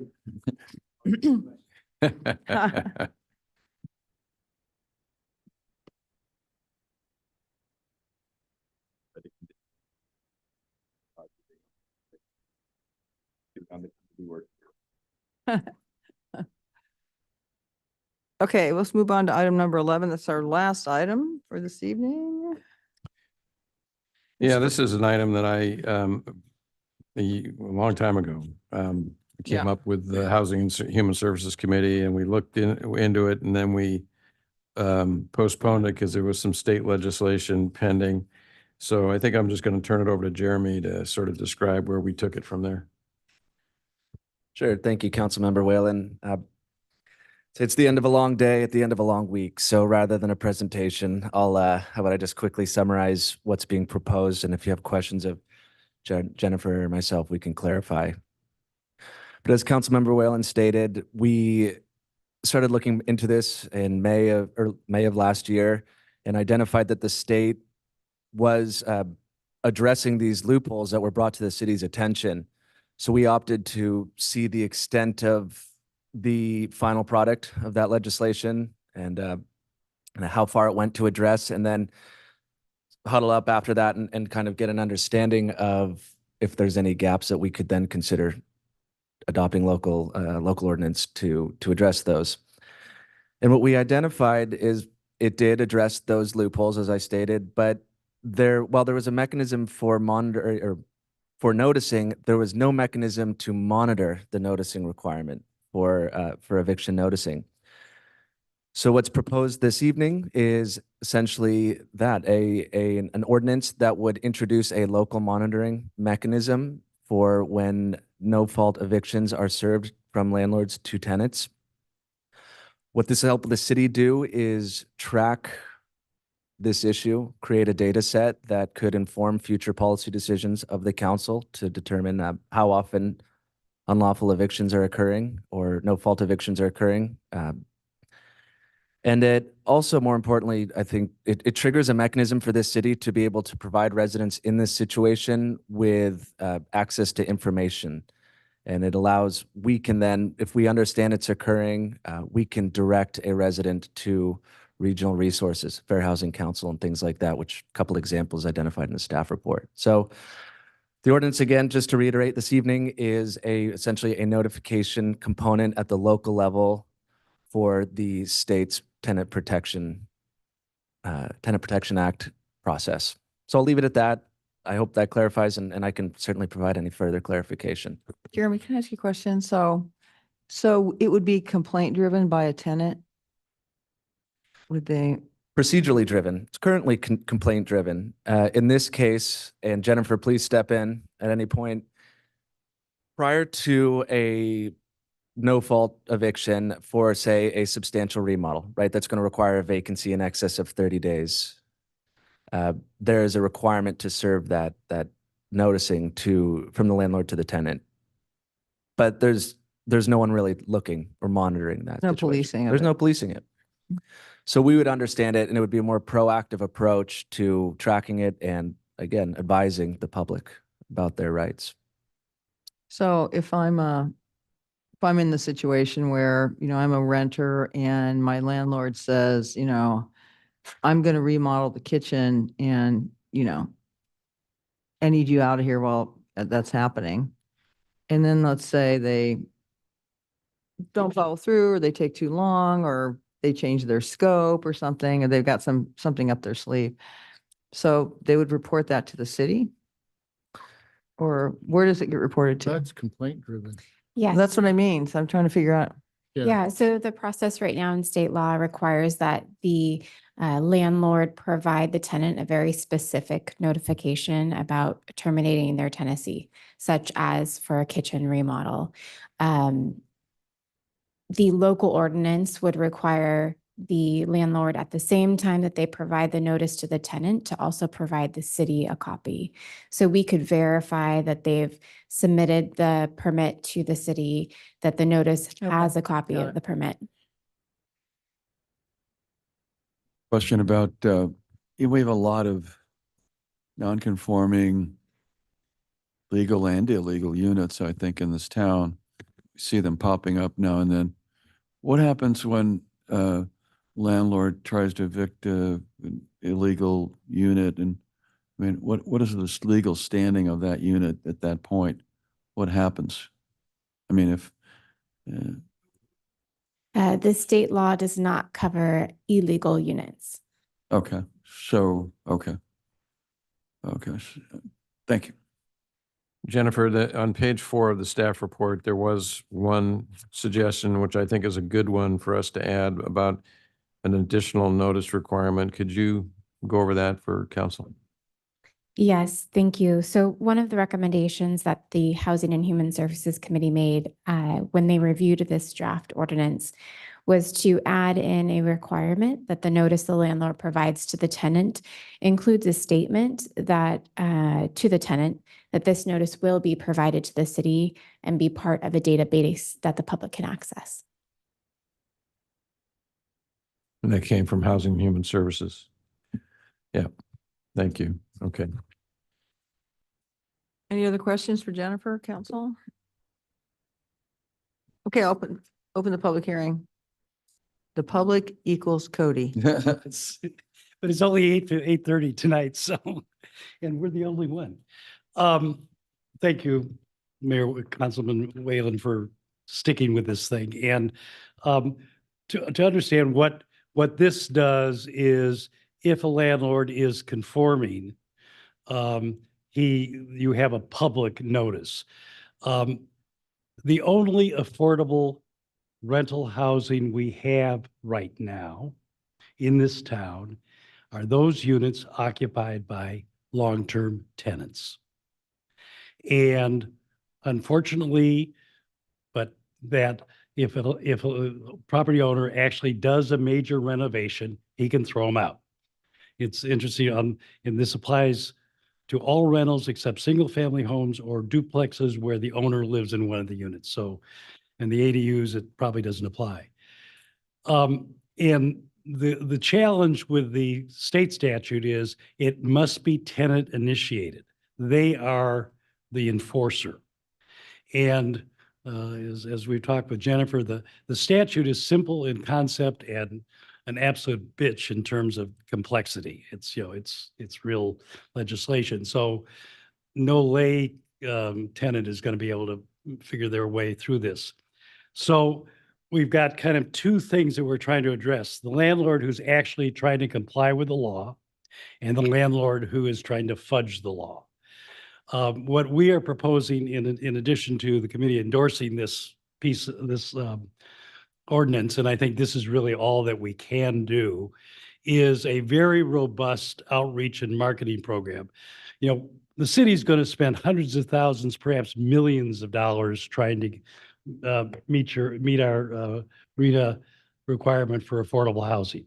So I'm suggesting we spend $30,000 or $40,000 of marketing and outreach money to educate both the tenants and the landlords. The landlords face very significant financial cost, triple damages, and all sorts of other pieces for not complying. So we get both sides aware of their rights, and the risk to landlords may diminish their feeling free to, well, throw them out and double the rent. So I'm asking that aside from approving this, it never was for the other speakers. Okay, thank you. That in addition to approving this ordinance, that I'm asking the council to specifically direct staff to develop a robust outreach program, which will be funded with $30,000 or $40,000. I think we need to engage a marketing consultant to do the work. Staff can't do it. The Housing and Human Services Committee would be happy to try to help sponsor an outreach event, but this is serious, and we really seriously need to preserve the affordable housing that we've got. We already lost a bunch in the gap. Thank you. I guess I have a question about that then. How do you do it ongoing? Because this is a one-time thing and renters change. Every year, there's probably 500 or 1,000 people who might turn over. So it's an ongoing effort over a period of time, unless you think it isn't. Is that correct, or am I wrong? Okay, sure. I think it is a risk, and I think we just do it one step at a time. Okay. And whether it's a continuing marketing, I think what you hope is that it becomes common knowledge, and the legal resources are going to be the real tricky part. There's enough damages involved that you might get lawyers to take this on contingency. So it's just to develop a format that is available for people to use, and then hopefully self-sustaining. My question is, why wouldn't you have the required landlord, and any new tenant, you give them these regulations, and here's what it is, here's what I may want to choose to have a big remodel in 2 years, but I want you to know that these are the rules. Can we do that, or no? Well, yeah, I mean, if the council decides to proceed with this ordinance, I mean, staff's next step would be to sit down with our communications team and take all those concerns in, particularly ongoing. You're right. I mean, the turnover of the rental market, albeit though there's generally long-term that we're preserving here, but how we preserve it, that would be part of the plan with any initiative, right? We're sitting down with the communications team and strategizing through those and trying to put a mechanism in place that certainly under my watch, it's not going up on the shelf. Us to inform that new center, put it on the onus on the landlord with every new renter. He or she provides this information. Yeah, get it out in the hands of local realtors and such to see if, proactive outreach certainly is part of the goal here. And Jennifer? Just two things. The landlord with any new lease is required to provide notification. Good. And then April is Fair Housing Month, so we'd probably take advantage of that month to, on a yearly basis, remind the community. Okay, thank you. So do we need, I think it's a great idea, the educational outreach, and do we, I don't know, I'll turn to Gavin, do we need to authorize anything? I mean, we can add a recommendation to engage in outreach to the community, but do we need any budget for that? Councilmember Whalen, what I would like to do is, again, meet with the communications division and see what that budget looks like, targeted media ads, mailers. put together a plan, put together a budget, and then either bring that back at a meeting or during the budget process, and we'll have a kind of more refined figure at that point. That's great. So why don't we just request that we can add a second recommendation requesting staff to do exactly what you just said, develop a communications and outreach plan. There were a couple of minor cleanup items that I had on the ordinance. Cody has his hand raised. Cody, come to the microphone. I didn't close the public hearing anyway. It asked staff to include the Housing and Human Services Committee in that preparation effort. I could say you don't even have to formally ask, we do it anyway. Good. Okay, I'm closing the public hearing. So I had there were just a couple of small cleanup items. And then I think we need to, in the ordinance, so we need to add the language that Jennifer highlighted from section 4 of the staff report. Do you have an idea where that would go into the ordinance? Yes, it would be added to section 7.90.030 as subsection C, and that's on page 27 of your staff report or page 4 of the proposed ordinance. Under notice requirements for tenant evictions, we would add C. Okay. So we'll add that there, and then just a couple minor things in the second whereas clause towards the end, the word vacate should be vacated, I think. And then on page 25 of our staff report, the second whereas clause, there in the second line there, the word could should be changed to to. I think it should be to help ensure. And then a real minor one in 7.90.050, second line there, the word city should be capitalized. Bob is breaking out the eagle eye. This is my item, so I gotta do it. Oh, and I'm sorry, in 7.90.030 AA, in the second line, it should read signed contract. Instead of contact, it should be contract. So with those changes, I would. Bob, I have a question. Yeah. Can you, I missed the part about from section 4 from the staff report. What was added? So on page 4 of the staff report, there's language at the top that the Housing and Human Services Committee had recommended we include. That sentence there, the owner of residential real property shall in the notice inform the tenant. Okay. And then, sorry, I have a question, but keep going because I interrupted you. No, I'm done. Okay. That was it. And I don't know if this is a question for Jennifer or Jeremy or the city attorney, but so in the section on penalties, so there's 2 penalties.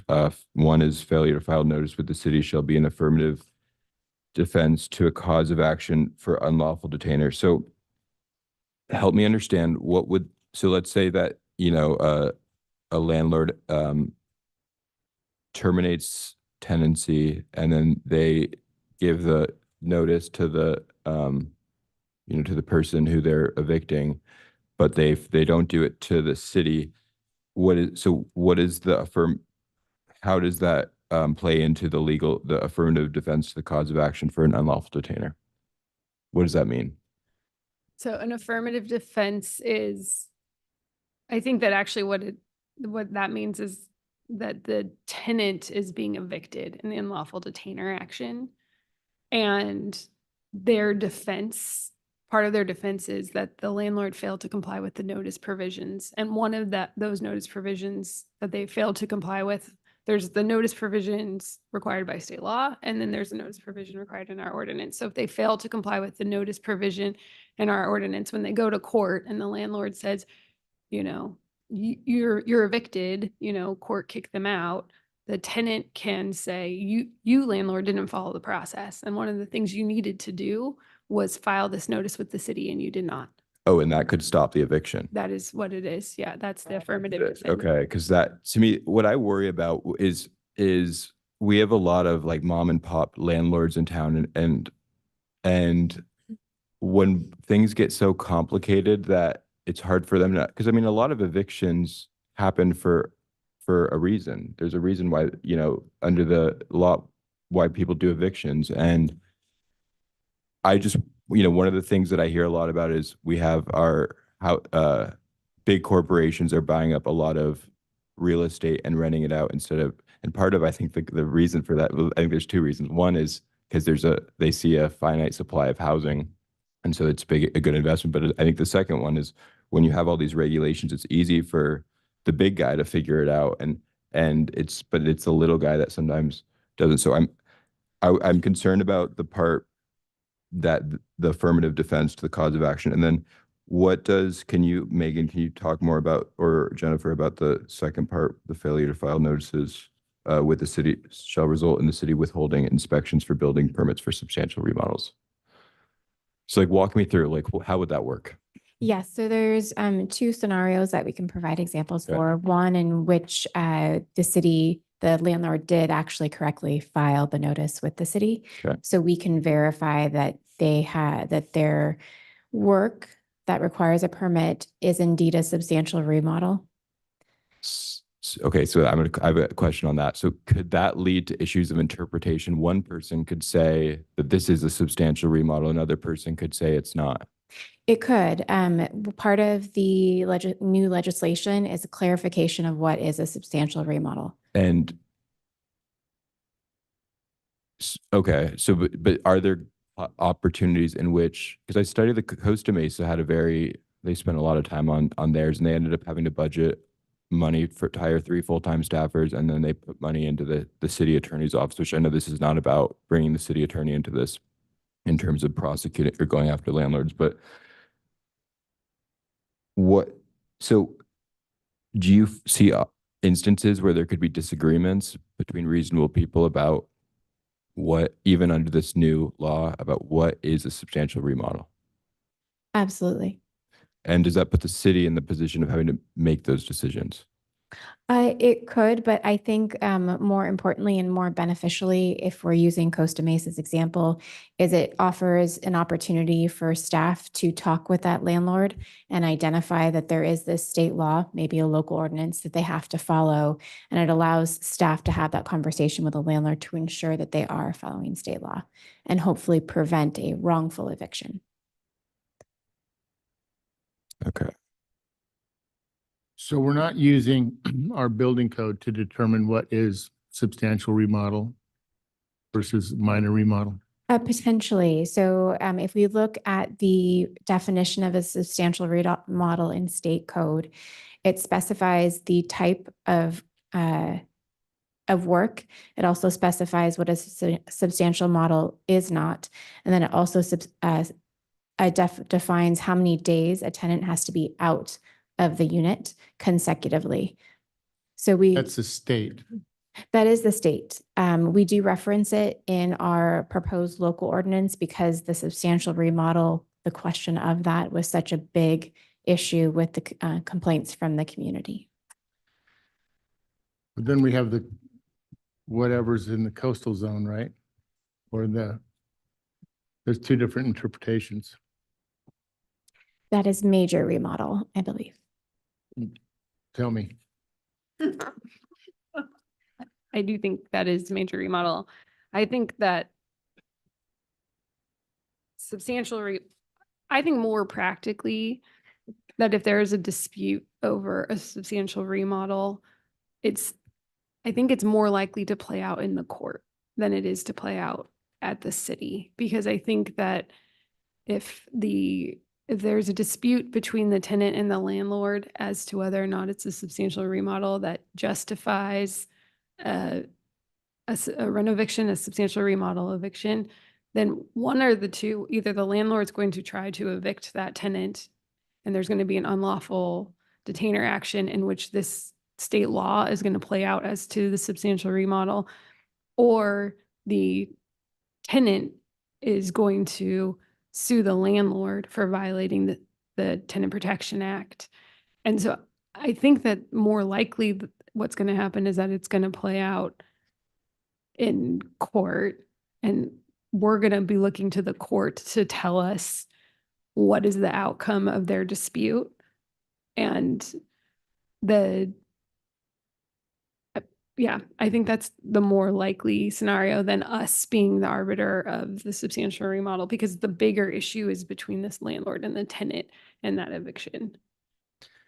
That's correct. And the intent when Councilmember Whalen, Jennifer and I were sitting is not to propose a program at this point that has, that would put the city in between a landlord and tenant in this process. It's rather to understand the process, collect a data set, as I mentioned, and then provide both parties with information in terms of the Tenant Protection Act. There's no mediation services like a City of Santa Barbara. I think San Clemente might have that, Mountain View, a couple of other, those more robust programs with larger staff. That's not being proposed here. So I don't anticipate, at least immediately, going down that road with what's being proposed tonight. Yeah, this can be beneficial to tenants, but it certainly could be beneficial to landlords, because if a landlord's undertaking something that clearly is a substantial remodel, and they say, get out, just go, and the tenant then says, well, wait a minute, you can't do that under state law. And if the landlord comes in and gets input from the city to say, you really ought to think about this. We have this definition of substantial remodel. It looks like what you're doing is a substantial remodel. You may be saving that landlord a lot of money over in the long term, because they may lose in court and get, triple damages and punitive damages. So that's a good point. Yeah, I mean, I like the idea of the technical assistance and the marketing and educating, tenants about their rights and landlords about their responsibilities so that they don't violate tenants' rights and as Bob mentioned, which could lead to financial losses on their end and an unjustified eviction. I just, the penalty section is what worries me about. Just one, forgetting to give notice to the city, how that could lead to a situation in which that could lead to an affirmative defense to a cause of action for an unlawful detainer, because I just think that's just such a small procedural thing that I don't think it's fair to, especially since the education hasn't started yet. That's my concern, but I'm open to I need to spend more, or I guess so I'm interested in understanding the unintended consequences. Well, it doesn't, I mean, Megan can weigh in but it may be an affirmative. So the landlord says, commences an unlawful detainer action, and the tenant goes and says to court and says, hey, your unlawful detainer action is no good because you didn't give notice, the required notice to the city. And if the court says, okay, I agree with the tenant, it's no good, then the unlawful detainer action stops, but the landlord just goes back and then does the notice and recommences. So I think we ought to have some teeth in here. It doesn't mean a tenant's going to reside there forever. It just means the landlord goes back and corrects their mistake and does it properly. So I don't have a big issue with it. Mayor Pro Tem, I agree with Councilmember Whalen. I think that practically what will happen is if they, for some reason, miss this requirement, but have otherwise complied with the Tenant Protection Act, that if there is an unlawful detainer action, that the landlord's going to quickly know to comply by filing the notice. And so I think all it does is it causes like a relatively small delay in that process of the substantial remodel eviction. And because unlawful detainer actions happen, not like our cases that we're used to that take like years to resolve. There's like exceptionally expedited timeframes for unlawful detainer actions. And so it all plays out very, very quickly. Like weeks or months or Yes, like weeks. weeks? For the most part, there's like the time, I don't know the exact time frames off the top of my head, but there's often like 5-day turnarounds and stuff, as opposed to what we're used to where it takes 6 months to just get on the court's calendar for something. So I think that likely what will happen is that the landlord will just correct the error, and it might delay the eviction by like a month or something like that, would be my guess. And there's still going to be, I'm concerned about unintended consequences. And so but this would have to go to a second reading, right? So I think I'm supportive of the recommendation for the Housing and Human Services Committee to have marketing and technical assistance about, everyone's rights and responsibilities in this whole process. And I'm wondering if staff could, because I really think that with public policy, it's key about how it's implemented. There's a lot of things that sound like really good ideas, but sometimes when they're implemented, there's unintended consequences that you can't foresee unless you really see it at the ground level, the interaction between how this is going to play out. So I would maybe when this comes, well, I guess I'm going to go and talk, and maybe I would like to get more information from the city of Costa Mesa, the city of Buena Park that recently did this, and just try to, talk to the apartment association, talk to the stakeholders to make sure that we're not doing something that's going to create that's going to have unintended consequences in a way that are not what the goal of this is. I'm interested to see what my colleagues think. Well, if we want to proceed with the first reading and you want to go do all that work, that's good. Yeah. So I think we need to add a second recommendation, which Jeremy provided, right? Which is to request staff to develop an outreach and education program and return to council. And then we can just ask the city clerk to read the title of the ordinance. Just a quick question. So Megan, adding that subsection does not require another first reading? Correct. If we add it tonight and set in place the ordinance as is, then the second reading, as long as it remains the same, that's fine. Okay. Just want to make sure. All right. An ordinance of the city of Laguna Beach, California, adding Laguna Beach Municipal Code, Chapter 7.90, residential property, notice and reporting requirements for tenant evictions to supplement the state of California's tenant protection laws. Okay, so with that, I would move the recommended actions 1 and 2. I'll second. All in favor? Aye. Aye. Okay, is that 5-0? Okay, and we are adjourned until March 12th at 4 p.m. closed session.